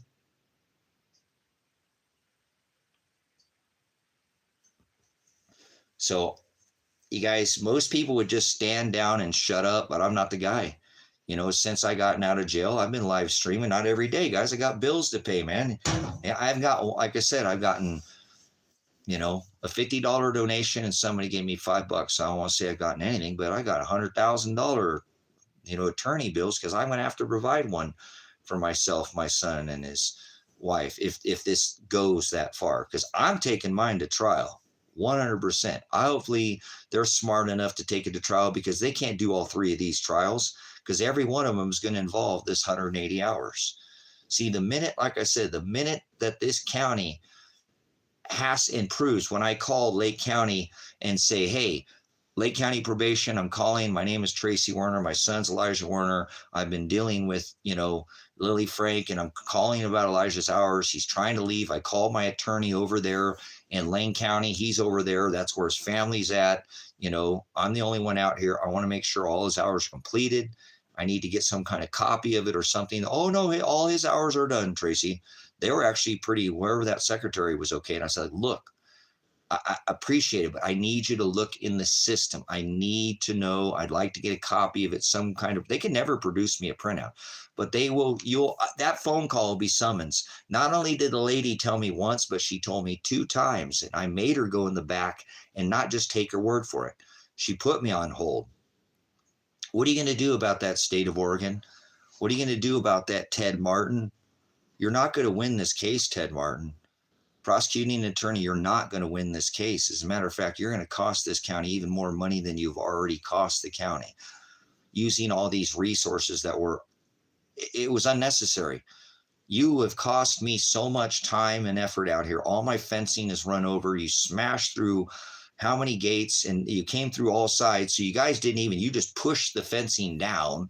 You can see it. Some of this, I was like, wow, they came in from, I didn't even notice the spots because I didn't even walk around. It's like when I went out and did that live stream that day to actual look at the fencing, I just thought they came through that one side. Hell no. They came in, they clipped the corner, they took out that other panel. Then the guy, even that day, is like, hey, we need the gate, the locks on the gate. We need the code to the gate. Okay, here it is. Gave it to him. Yeah, we don't want to run anything else over or ruin any more of your stuff or run over your gate. No, hell no. They didn't even try to turn around. They just drove straight out of here. You could tell it wasn't driving in. It wasn't driving in. They drove out. And so they even ruined more stuff. They just had a blast out here, just wrecking my property. I still haven't got my windows replaced. And so it's getting a little hot in here. I'm sorry, getting a little, I got tape on the windows because that whole window's gone over there. They shoved like 4 or 5 tear gas canisters through that one, at least 2 through this one. So, it was just very excessive, unnecessary. And the minute that I pin them down to like that phone call where they say, yes, that Elijah did that. And even the math proves it. The math proves it. Let's stand up. We'll do the numbers and then I'll end the stream and take a break. I probably need to get something to eat, guys. Like I said, not eating much because of the sun, but let's do this and we'll go ahead and wrap her up. I already did a couple hours. I just wanted to check in with you guys because I know it's been a few days, but I've been out trying to pay the bills. Been working my butt off. So from right there, that's month 5, you guys. So what I've got here, I'll show you what I'm saying is that in 2019, this was the start of the virus, and I was very active during COVID, being very boisterous. Elijah got involved. He was about 3 months of being off probation from a prior, he got in trouble. Okay. So did I, but I got my charges expunged. Okay. Elijah didn't. He took charges when he probably shouldn't have done anything. That's why I hope, his wife don't get any charges because she didn't do anything. But in this case, there was a string of burglaries, not robberies. They weren't going around and armed, robbing people, strong arming. They were breaking into, first started with collecting rocks, then arrowheads, then going on properties where people had abandoned them. And then from going to these houses where eventually this rapist that I was telling you about, where 5 guys were involved in this ring of burglaries. And my son was arrested. A second Elijah was arrested. Tyler was arrested. There was a 5th person that had never found, but it's not hard to find them by the size of their shoe. They were trying to blame my son's wife because the shoe was small, but wasn't the right size. And she was always at work. So they were trying to go after her then. Okay. But this man was convicted of rape already and served 13 years of a 25-year sentence and was released into Lake County on this program where they get paid. The problem that I had is that my son spent nearly a year. He spent 10 and a half months in this county jail where they just kept me for 2 weeks. Okay. And they kept him in there, and this rapist never went to jail. Tyler never went to jail. Elijah never went to jail. Nobody went to jail. My son was the only one who went to jail. So I was not happy. And I'm like, what the hell's going on here? How come my son's in jail and this rapist is running around? So this is where I got involved with Lily Frank too, telling her, I was very active with Michael Taylor and Ted Martin, telling them, why is this going on? Why is this guy sitting out of jail? Here he's talking about he's at the scene of the crime. They're going in through the roof or something, some vent or something. There he admits it. Send him back to prison. Why hasn't his parole been revoked? Why hasn't his parole been revoked? What's going on with this? And so the county was like, shut up. Everybody's like, dude, nobody stands up to this county, Tracy. You better be careful. They're very heavy-handed out here. Saying, I don't care who they are. I want to know, why is this rapist running around? He's getting to run roughshod around the guy. This last building that they had broken into, this house, he had told them, guys, that this was some pedophile that got locked up and put in jail like the year prior, and that house was sitting there and abandoned. And he's like, oh, we'll go in there and we'll get all this stuff from it. He was trying to explain to these, look at these ages. This guy's 41, 19, 17, 19, just turned 20. They were all teenagers. Now they were adults, but a grown-ass man and a bunch of kids. So he's pretty good at manipulating these people. Obviously, this is what he does. Now, look, if my son would have taken a charge right away and taken a plea deal, instead my son wanted to see what is called the evidence. Just like in this case, I'm not going to write it down. Okay, it was the evidence, okay, guys? The evidence in this case is going to be these 180 hours. That's what I had to do in my son's case, to jump, because they wouldn't see. He got in trouble. He spent 10 and a half months in jail. Out of all of them, I think he did more time than anybody. Okay. So, because nobody went to jail. And I still think to this day, this will prove too. I want to know right now. Was Tony Karsten ever charged with theft? These guys all got felonies. Felonies. These guys got all felonies. Was Tony Karsten ever charged? I don't believe he was, guys. See, that's the problem. Is if my son would have taken a plea agreement, this would have been a wash. This just would have gone away, and this Tony Karsten rapist guy would have gone out and did the same thing by bringing people into the parole and probation system, running them through Lily Frank, and then running them through the district attorney, Ted Martin, and these arresting officers, Michael Taylor, and all these other, Josh and all these, Sam and Lance and all these people out here. There's been others out here, guys. There's been a sheriff out here. Cool. I probably knew that I got to work. And honestly, I can't help. I got to work. I got to get things together. I got to pay the bills. There's no other way. I mean, I want to, but I'm exhausted. It's hot. I mean, it's already almost 90 some degrees out here, or it's getting hot already. So like I said, I ain't got nobody. I've gotten $5 since I've gotten out of jail. $5. I'll take the $5. It's still sitting on my Cash App. I got no donation, so I still have 45 acres of land to pay for, and I've got to come up with an attorney unless I can beat them by the numbers. So either way, like I said, this guy right here, again, I don't think he was ever been charged or convicted. I think they did charge him, but how they didn't convict him of anything? I don't think he was even taken to trial or anything. So I'm calling Lily Frank, and I'm pissed off because she's color coding my son, as I said earlier. Color code is where you give them P-test, for drugs. And I'm like, why are you piss testing my son? He wasn't convicted of any drugs. I think you're being heavy-handed. You're overworking him. So what Elijah wanted to do was to get out of here, and he made it pretty known because all Elijah's family is over there in Lane County, and I'm the only one that lives out here in the desert.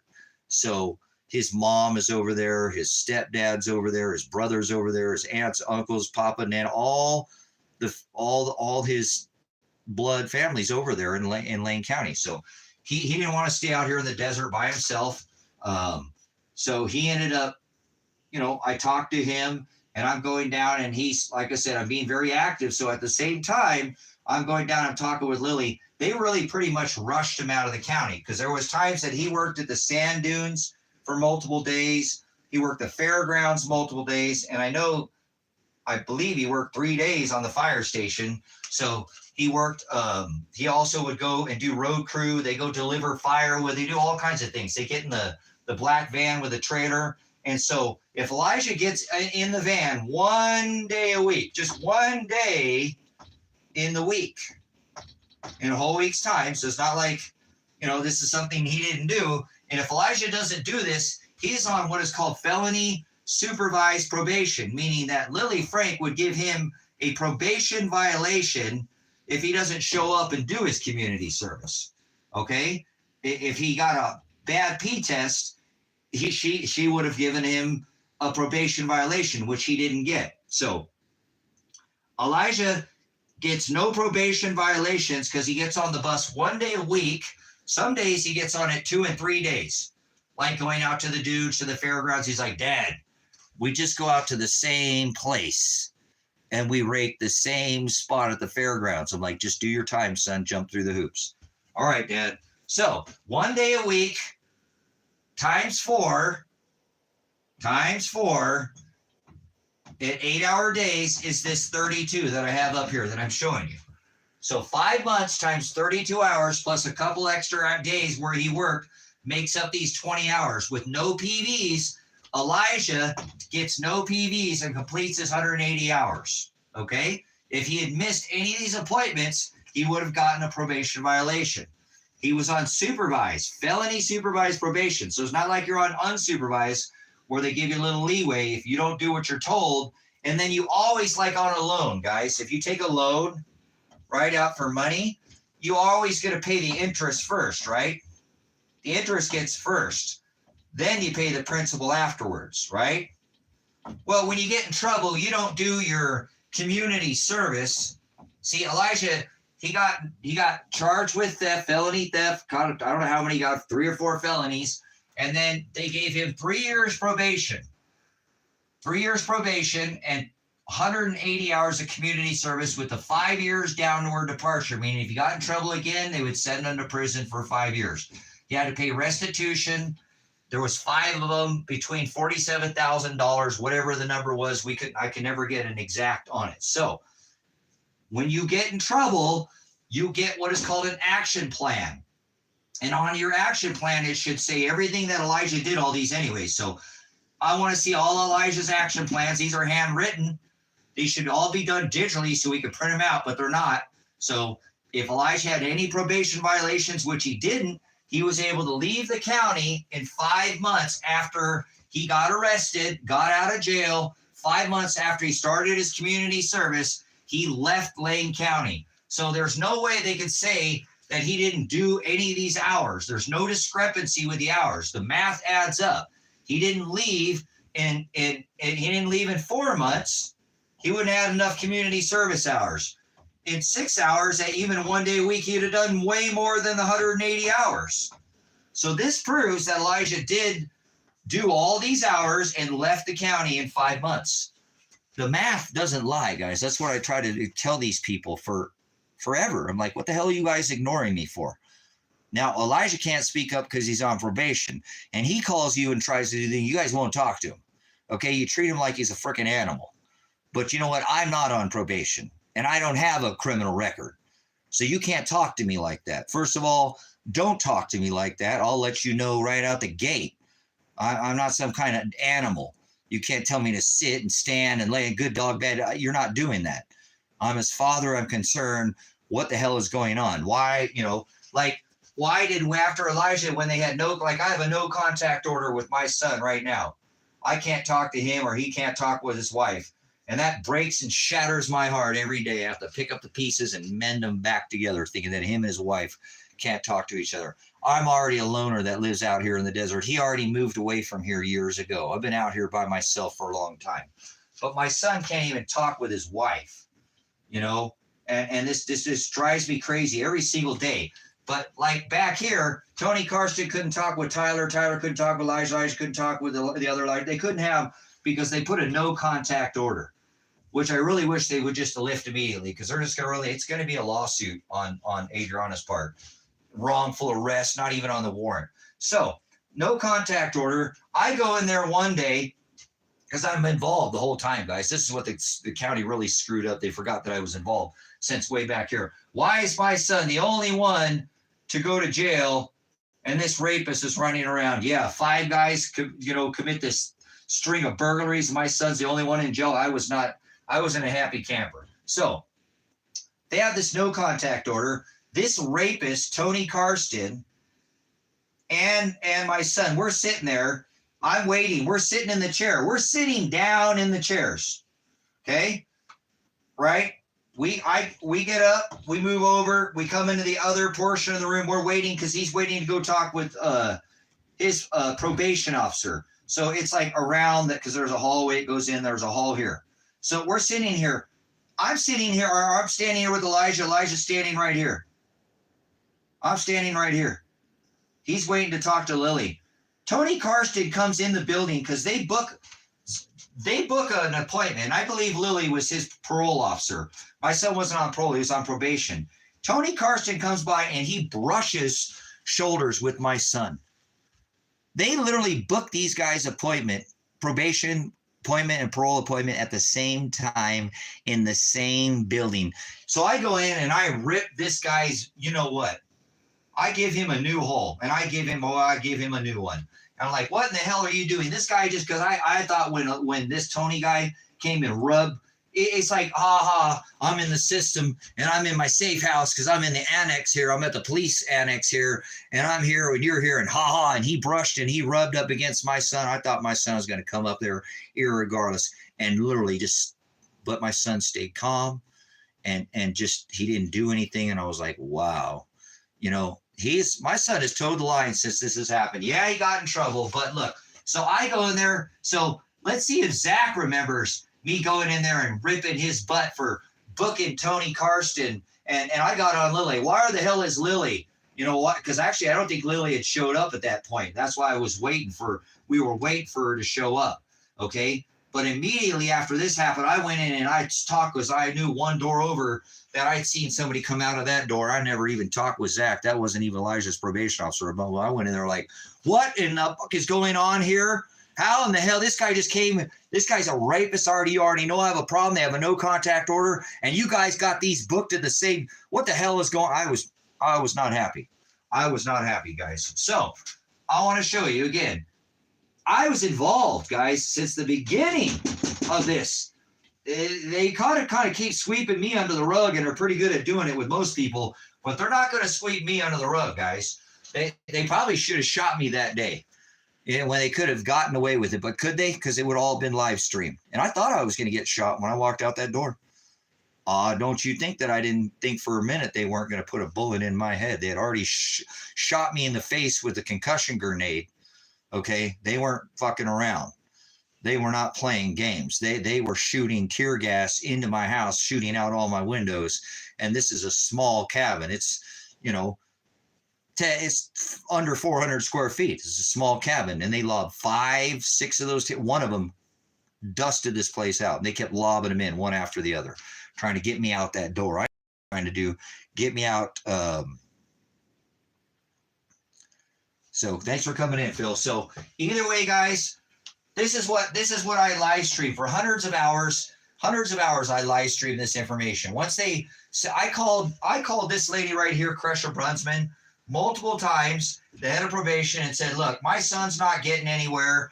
I want to know why did he transfer from Lake to Lane County, the terms that he completed all his community service before he ever transferred. How do you not know about this? Because I called Lake and I can't get anywhere with him. My son's called it. What is going on here? How come we're getting a block? Now, you're the head of probation, and I'm a veteran, and I don't believe in jumping my chain of command, but I've called all these people over here, Kenny, Rodney, I've called Greer, I've called Lily Frank, I've called all these people and tried to get them to help me out with what's going on here, this actually doesn't come up yet. I don't make any of these phone calls, guys, until now. Watch. Everything is smooth.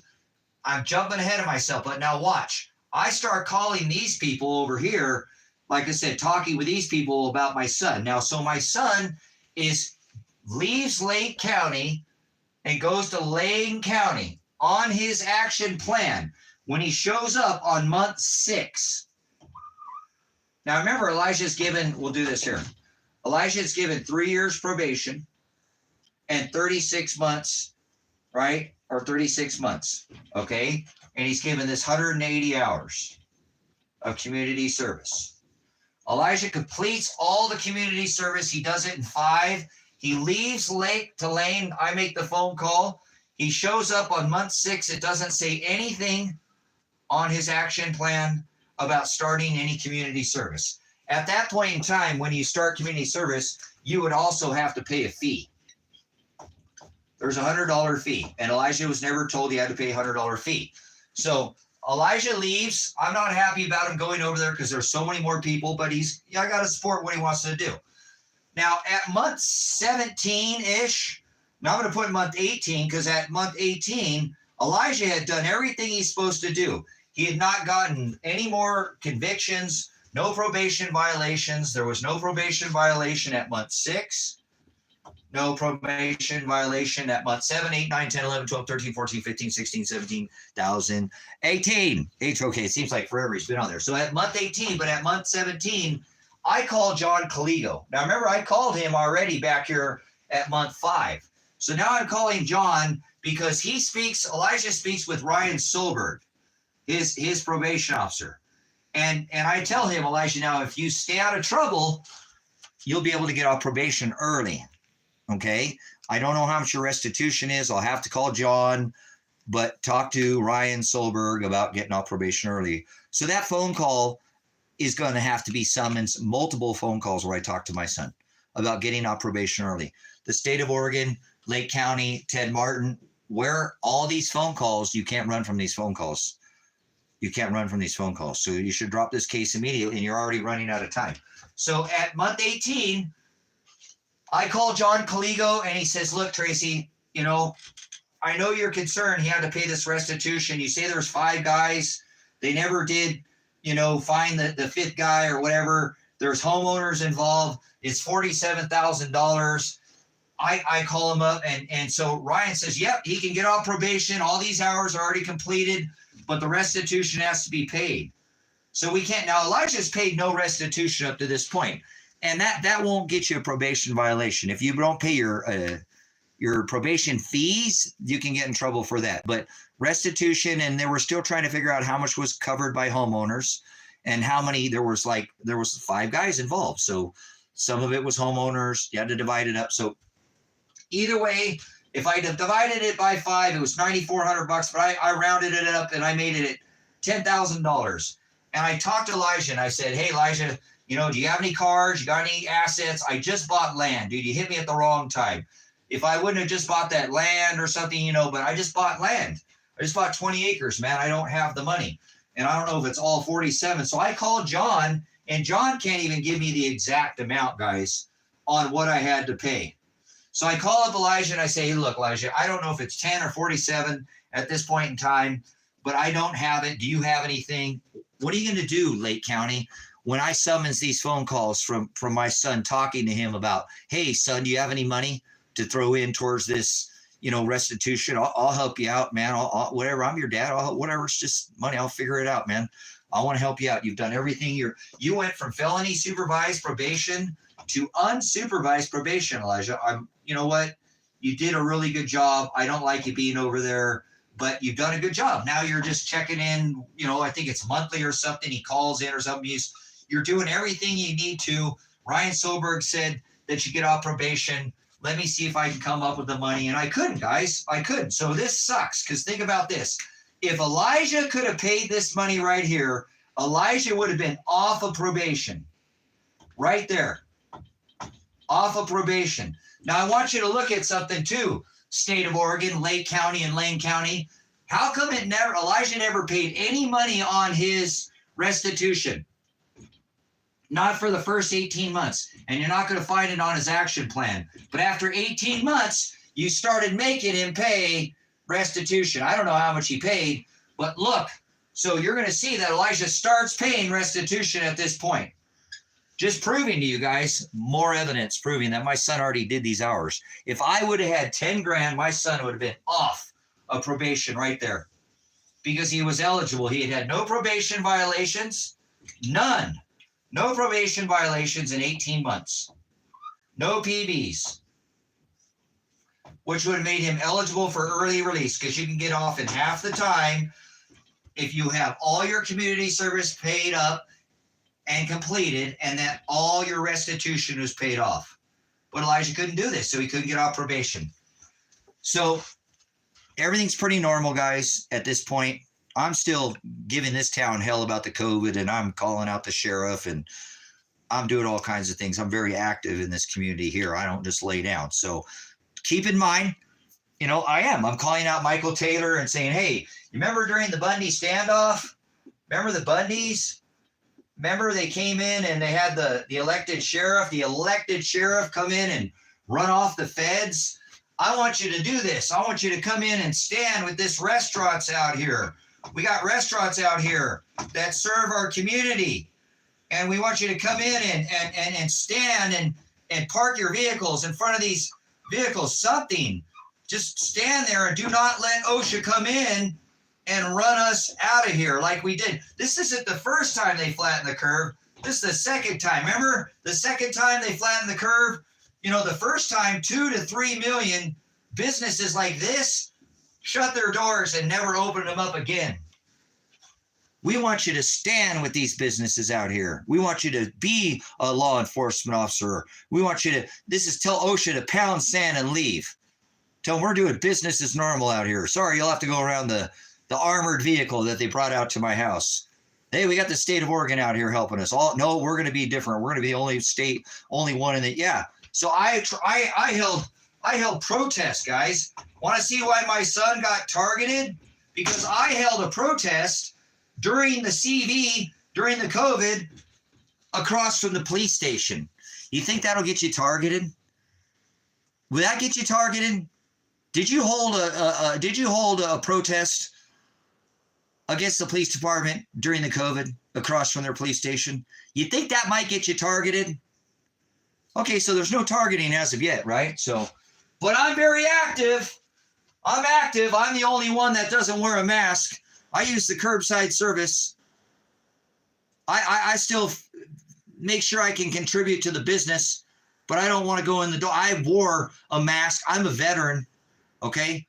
I served first part of the 90s. That was Desert Storm, Desert Shield. Imagine wearing a mask all day. I tell people I wear a mask so you don't have to, okay? If your mask works so great, don't worry about it. These people who have them on shouldn't be worried about it. They got a mask on. They should just be quiet. I mean, they have a First Amendment, right, freedom of speech, but they also have the right to STF you and allow you to do what it is if it's supposed choice, right? That's why we kill women and children in other countries, is so that people would have choice, correct? Not freedom, but choice, freedom of choice, remember? So either way, guys, no probation violations. I'm active. Elijah's going along. He's over there. Dad's doing what he does over here. For we wrestle not against flesh and blood. Okay? So Elijah gets no probation violations. He goes month 18. He can't get off probation. I've called John. John's very aware of this case. Elijah makes it to month. This is where it gets crazy. Elijah has 3 months before he can get off probation. He's got 3 months. Remember, he was given 3 years or 36 months probation. So at 3 months left to go, Ryan Solberg tells him, hey, Elijah, you can't get off probation until you complete these 133 hours that you didn't complete back in Lane County. Or Lake County. Elijah's like, what? And Elijah calls me. He's like, Dad, dude, check this out. I'm about to get off probation. Remember, I was almost off probation last time I got in trouble. I'm almost off probation. And they just told me that I didn't complete, and that there's 133 hours back here that I didn't complete. That would have only meant that Elijah had completed 47 hours, which 4 and 7 is, let's not overdo it there, but that's 11, right? Right? 4 and 7 is 11. All right. So everything's going by the number. So if Elijah only had 47 hours on his thing, he would have been given a probation violation back here, guys, in these months. And he would have not been able to leave Lake County and go to Lane County. He had to have all his community service completed. So Elijah calls me up and says, Dad, what the hell what's going on? What do I do? I said, I don't know, Elijah. So I make another phone call to John Caligo about this matter. And I said, John, this can't be happening. He goes, I know, Tracy. He said, remember when you asked me for that, you called me, Elijah, and said, hey, my son's in jail. And, and I said, hey, if your son was in any other county but Lake County, they do what they want over there. It's the Billy Bob system. If he was in any other county right now, Tracy, if he was here in Lane County, I'd have him out of jail. If he was in Klamath, Multnomah, Lynn, Benton, I don't care which county, Clackamas, he'd be out of jail right now. They do what they want over there. I'm like, oh, great. That doesn't sound good. I said, well, John, what do I do? I said, I know he did these hours. He said, Tracy, I know we talked about this. I was involved. I was his attorney. You called me at 18 months. We talked about the $47,000, guys. See where the state of Oregon and see where Lake County and Lane County has failed. All these, and now they got like less than, 40 days or something to take this to trial. There's no way they're going to produce all this in a trial. So I'm not going to stop going, guys. Does everybody understand that there's no way that my son only did 47 hours? He would have been given a probation violation for not completing his community service hours. So this is where this got real sticky. So I call Crusher Brunsman again. I got ahead of myself earlier, and I call her, and I say, after calling Lake and Lane, and I call John, and John says, look, Tracy, all I can tell you at this point is to tell your son to complete whatever hours they're telling him. He's this close to being on probation. He doesn't want to screw up now. He's on unsupervised. If he does any more, it's not, you can't do that, but just put your head down and tell him to do it. And so when I called up Elijah, I said, Elijah, I talked to John, and you're not going to like what I have to say. What are you going to do about this Lake County? What are you going to do about this Ted Martin? What do you do about this Ted Martin prosecuting attorney? When I called my attorney, John Caligo, who was Elijah's attorney, and said, hey, what do I do about this? And then I call my son and tell him what he said and say, hey, John said to just do whatever they tell you at this point, Elijah, until we can get it straightened out. Dad'll start making some phone calls. So he started calling guys. And so he told them, he's like, what are you guys talking about? I've completed all these 180 hours back here at month 5 so I could leave Lake County to come to Lane County. So at month 33, again, they hit him with, at month 33, they say, hey, you didn't complete these 133 hours back in probation in Lane County. And so I got on the phone and I made at least 3 or 4 phone calls, personal phone calls, where I was able to get a hold of the head of probation in Lane County and say, hey, what's going on here? How's this possible? There's no way. That was the terms of him being released into your county. I need you to look into this. He's called. They said he needs to document these hours himself. That's not how this works, lady. I'm a prior law enforcement officer. I'm a prior veteran of military police. I know probation and parole, how that works. Your job is to, when somebody comes and commits a violation or an offense, they come in and you assess them a number. You give them a number according to their priors and their offense. And then you put that on their action plan. Let's say you get in a bar, you go out to a bar, you have a couple too many drinks, you get in a fight with somebody, you both get in a fight, you beat the snot out of each other. You're probably going to say something like anger management. You're going to have to do whatever it takes. They're going to give you some community service. They're going to give you probation.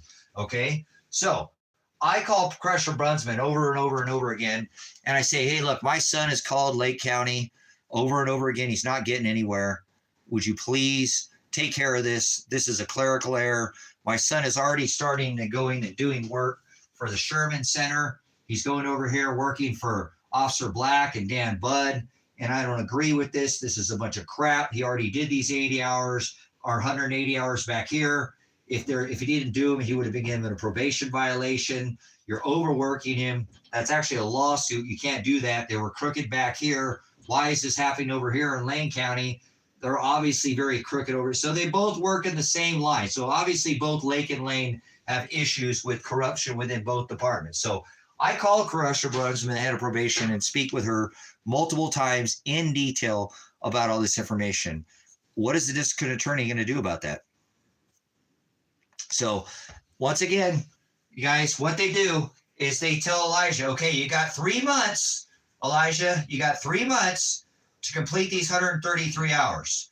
So Elijah says, hey, Dad, he starts doing this work and he starts trying to get all these, because they're telling him, if you document the 180 hours, we'll let it go. But we don't see that. And so he can't get any information. So month 36 comes up and Elijah doesn't complete these hours because he's spending a ton of time trying to get all these hours from Lake County. Plus he's working some hours at the Sherman Center, working for Officer Black and working for Sheriff Dumar. He is putting in hours. So now Elijah is doing more hours, 180 plus, which is illegal. So Elijah doesn't get all the hours completed. And so they say, well, you didn't get them all completed. So we're going to extend your probation for 12 months, giving you 48 months. So you now have 12 months to complete your remaining whatever you haven't completed of these 133 hours. So you have 12 months to do this. 12 months, 1 year, because they extended his probation for 1 year. Now, they didn't give him more probation or community service hours. They gave them those hours back at month 33. So it wasn't like they violated him of probation and gave him more hours. Those are hours they sprung on him that he said that he didn't do, which is impossible. He already did them when he left Lake County. So Elijah gets to month 42, and he doesn't get the hours completed. He doesn't get the hours completed, and they give him a probation violation, guys. Elijah's given his very first probation violation at month 42. At month 42 is the very first. And Elijah shouldn't have been given a probation violation because Elijah had already completed all of his 180 hours, and he was struggling to get the hours documented because both Lake or Lane County and the head of probation, Crusher Brunsman, would not cooperate and call Lane County or Lake County and help him at all. Now, the job of a probation officer, this being the head of probation, is to assess somebody's crime, whether they were convicted of whatever it was, and then put their action plan to help lower their risk to reoffend, and then to help them get off probation. And nobody helped Elijah. That is the job of a probation officer. And a stinking a board could do a better job than one of these probation officers or secretaries. Oh, I'm calling about my son, and I'm not happy you guys aren't helping him out. And I'm not on cue. Sir, if you don't stop yelling at me, I'm going to hang up in 3 seconds. 1, 2, a Borg or a robot wouldn't do that. I'm telling you, they could do a better job than these. And there's no digital. It's all analog. Everything's handwritten down, So they, instead of giving Elijah, they could put him in a jail for 1 to 3 days. She goes ahead and she gives him the max, 3 days, and goes ahead and kidnaps his body, knowing that I told her damn good and well that Elijah already completed this and he's doing more hours. Just because she didn't want to do her job, she gives Elijah a probation violation at 42 months, which is bullshit. Because Elijah was given 12 months to complete those hours. They started giving him like 3-month intervals and telling him, you don't get it done, we're gonna throw you in, we're gonna give you a violation. They gave him a 12-month extension. That gives him 12 months to complete the hours that he had already done. So I called Crusher Brunsman back and I said, look, I don't know what the hell you just threw my son in jail. That is a bunch of bullshit, lady. And I didn't cuss at her, and I apologize. I said, that is a bunch of crap. You should have never, you knew he did all these hours. I told you I wasn't going to go away. I still be working in the side. You know what, Kresha? You made a big mistake by throwing my son in jail. You knew he did all those hours, and you have not helped him document any of those hours. That's your job. You're a dereliction of duty. You need fired. I can't believe you even have a job. Your job is to assess risk to reoffend. Elijah didn't do any offense. You violated him for a clerical error. So what they did is they obviously were pretty pissed. They said, Elijah, okay, you got 3 more months. Look at these numbers, guys. 1, 3, 3, 36. 1, 3, 3, 33, 3, 36, 33, 12. 1 and 2 is 3, 12. Get out of here. Tell me this isn't from the Most High. Tell me this isn't the Most High working. Look at these numbers. This is ridiculous. So at month 45, which is 9, which is still 3 times 3. So anyways, that little gematria for you. At month 45, they tell Elijah, you got 3 more months. And I call her up like, you can't do this. That's crazy. They threaten, if you don't, we're going to revoke your probation. And we're gonna start your arrest and go put you in prison for 5 years. And so Elijah does everything he can to complete these hours, guys. And he never could get him. Kresha Brunsman sent me something October 5th of 2023 saying he had 30 hours complete. Back in October 2023. Elijah did at least 100 hours since then. They kept changing up his numbers. Oh, you have 98. Oh, you have 89. Oh, you have 55. Elijah's wife, girlfriend, many years, would work a full-time job. Good paying job she had for many years. And when because she wanted to help her, her husband get through this last hump. He's almost done with it. He can't seem to make it right with him, but she goes and works 5 days a week. And then she goes and volunteers like at Food for Lane County. They go work after hours. They tell Elijah, hey, you got 55 hours. You got 55 hours. And I think that Adriana went to work with him like 9 of those 14 days at the end where he had a certain amount of time to reach this month 45. Not 48, because he still has 3 months left, which is bullshit because they never should have done this. He still had 3 months to complete this. Them throwing them in jail and doing this is all overhanded. They extended his probation out to 48 months, okay? And that gave him 12 months, and they started threatening him 3 months later. So Elijah still has, and still under this 3-month window now. I think he's probably got like 1 month left. So they better hurry up and drop this case because this is going to make it even worse for them, okay? So they tell Elijah, you got 55 hours. Adriana goes to work. He goes to work some of those days without her, but she works a full-time job. And then she goes and volunteers her time working at the Grassroots Garden, going and doing weeding, working at Food for Lane County, working after hours for the Food for Lane County kitchen. She signs her name below his. So you got his name, Elijah, and then her name separate. So her hours didn't count towards his. Those are separate hours. So she's now working 7 days a week. And they had the balls to throw her in jail, guys. Oh, I can't wait till a jury gets a hold of that. There will be a counter lawsuit for what they have done to this lady. So she works 7 days a week.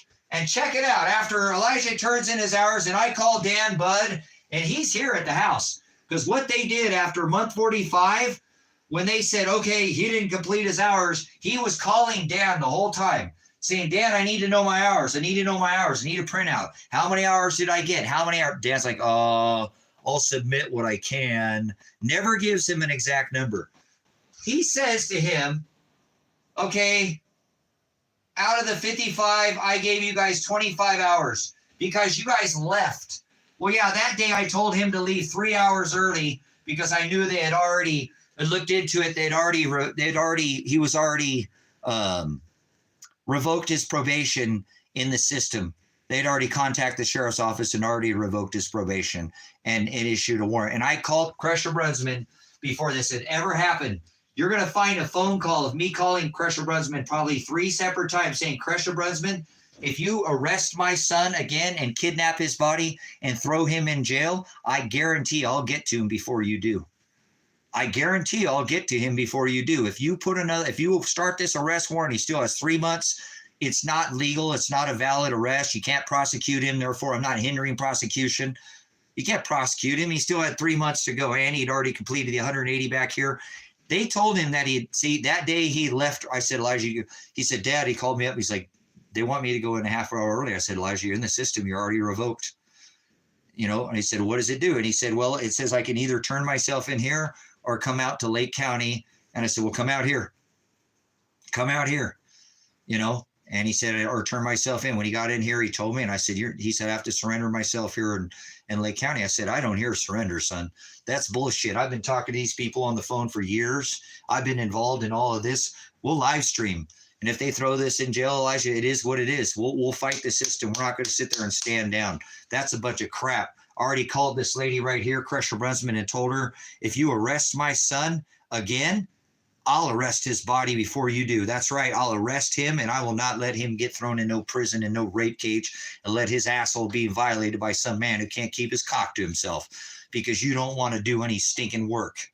I've done years of work, leg work on this. I've done hundreds of hours of live streaming, and now this 180 hours is not going to go away. And that's what they try to do, is they try to make this go away. So they said he only had, now he did leave 3 hours early, and they did. So I told him to come out here, and I wouldn't let him surrender himself. I'm an Army veteran. Bullshit. I don't care what you say. I don't hear surrender, especially if he's not guilty. So we never went anywhere and ran away. There's no fleeing. There's none of that. None of that happened. We stayed right here the whole time. I said, some people was like, hey, I can take and put him away. I know this happens, Tracy. This is corruption. I know people like this had to get away from the system for 2 or 3 or 4, even longer, and then they got it all taken care of. I said, if he was guilty of something, that'd be one thing. But he's already done his hours. He's a very strong man, very strong-willed. He's done double time or more because he's done more hours. They won't keep giving him more hours. Like here, they told him he only had 25 hours remaining, leaving him, believe it or not, another 30 hours that he didn't complete. So they're doing all of this over 30 hours, supposedly, which is a bunch of crap because watch, right here, if this is all over 30 hours, let me see if I can find, I'm pretty sure I got this in this phone here. I can show you an email from Crusher Brunsman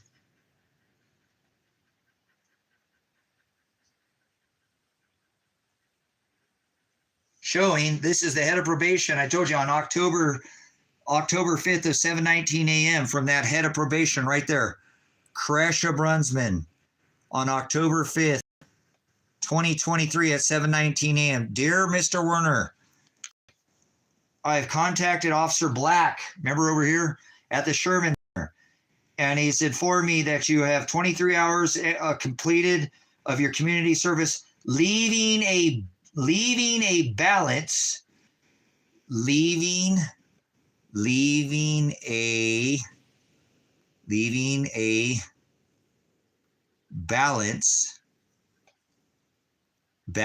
of 30 hours owed.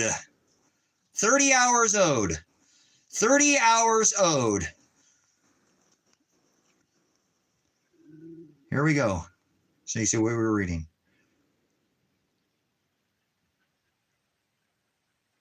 Hello, Mr. Werner. I have contacted Officer Black, the stupid phone, of the Sherman Center. So this is what he said. 23. I don't know where they get this number, but it says, I want his balance. If I had $100 and I paid off $70, how much money do I have owed?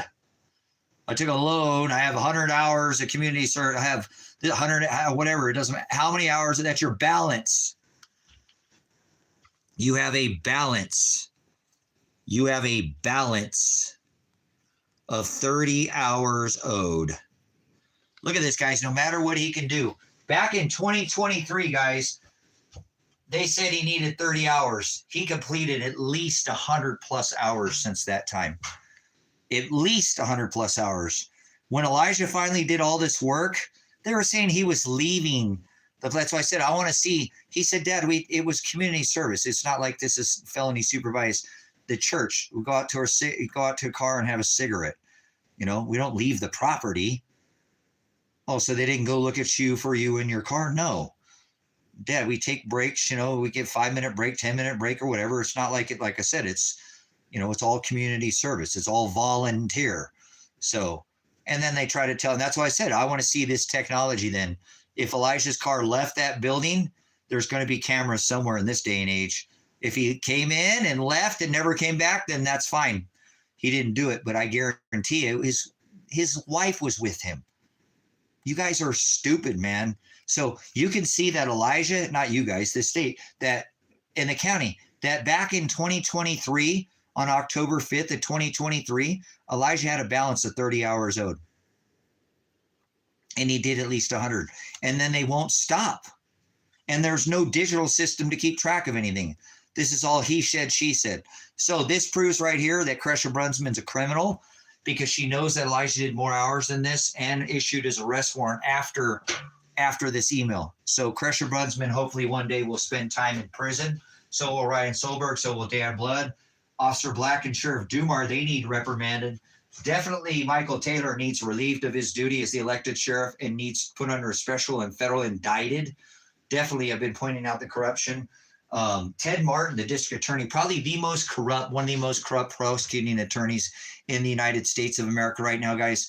You cannot keep people for more than 7 days without an attorney, without legal counsel, okay? They have 7 days where they have to turn you loose. This prosecuting attorney kept me, and I'm pointing out police targeting and legal retribution, and this district attorney kept me in jail for 7 extra days, and I've been out of jail since the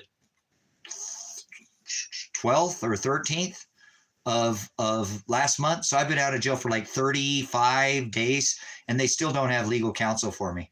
So this is corrupt, and I don't know what they think they're going to do, but the best thing they can do at this point is appoint me a public defender, drop my charges, appoint Elijah's wife a public defender and drop her charges, and then figure out with Elijah, you're going to drop his charges too. If you don't drop his charges, I will definitely be filing lawsuits and going after every one of these people's bonds. They're all bondable.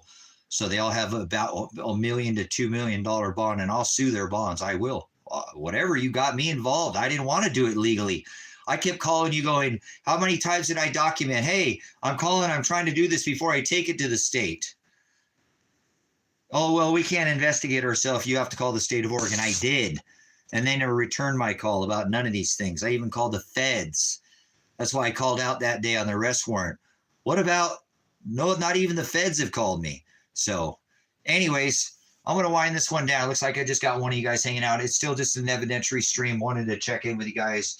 But there we go. Came in on May 30th, executed an arrest warrant for myself. My son, no warrant for his wife, though, and they arrested her as well. So hopefully they'll be dropping these charges soon. They're running out of days, guys. I can't believe it's already been 36, 37 days. So almost to 40 days. That's you have 90 days to a speedy trial, okay? And they have to bring you 90 days. They have to give you a trial. So no, I'm not fighting a losing battle, but I hear you. My work's not in vain. The Lord is at work here. So I don't hear that. That's a weak mind. If I heard that, I'd have gave up years ago, like everybody told me. Stop, man. Nobody stands up. Everybody's afraid of these people in town. Tracy, you're going to get yourself hurt. These people are going to do something really wrong to you, Tracy. You better stop. Well, they just did it. And then they swatted my house, and but I'm still here, right? And I'm still pumping out live streams. So I've been busy the last couple of days selling stuff. It took me 4 or 5 days to get everything staged up because I still got land payments. And like I said, I've only really gotten $5 for I've turned the monetization off on this channel. So I'm not getting monetized. I don't want evidentiary streams to be interrupted with commercials. So no, I hear you. They do, especially out here.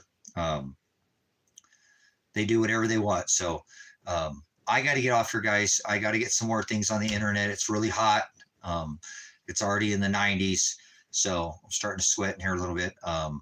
But I got to get some more things sold. I made enough to make a land payment, and I still have 2 more and to make up. And I still got to eventually try to get attorneys. So I better not stand here too long. 3 hours is a long time, but it needed done. I needed to check in with you guys, let you know I'm still here and I'm still plugging away one day at a time, trying to make it towards that day 90. You know what I'm saying? So, okay, I appreciate it. If any guys, there is a link in the description to my Cash App and to my PayPal. Again, I've turned the monetization off on this channel. I don't want to make money off an evidentiary stream. I could use it, but if for evidentiary purposes, it'd just be less cutting and, you know what I'm saying, down the road. If this goes to trial and they don't have to interrupt for commercials, it's just one solid stream without any kind of monetization. I figured that's why I did it, guys, because it's truly for evidentiary purpose. So again, if you're wealthy, maybe you did well. Silver and gold is up. I had to sell all my silver and gold, guys. It cost me 10 grand. Right here. Cost me 10 grand. Or no, I erased it to get my son out of jail. So I had to sell my gold and silver to get him out. But he's out. His wife is out, but none of us can talk to each other. So I'm just trying to pick up the pieces every single day, man. Thinking that his wife can't talk to him, and they can't talk to each other. It just breaks my heart every day. I have to just figure out how to put my life back together. But so far I'm making it, and I'll continue to keep fighting the good fight. So, again, if you can help out monetarily, that'd be great. If not, don't worry about it. It is what it is. I'm trying. So that's why I've disappeared here for a couple of days, because I've been working. I stood out in 105 2 days ago, and I think it almost hit over 100 yesterday, 102 or something. I think it hit yesterday. So a little pooped, a little wore out. Obviously, head's a little red there. But anyways, thanks for coming in and showing support for the channel. I do appreciate all the kind thoughts and words that you guys keep showing support, knowing that when I'm not on here, there's people actually kind of a loner. They're thinking about me. So, all right, guys, much love. I'll see you on the next live stream, bringing you the truth. Cash App and PayPal are in the description if you can. If not, thank you for your support. Much love and always agape. I am Apocalypse. I am Revelation. Whoa.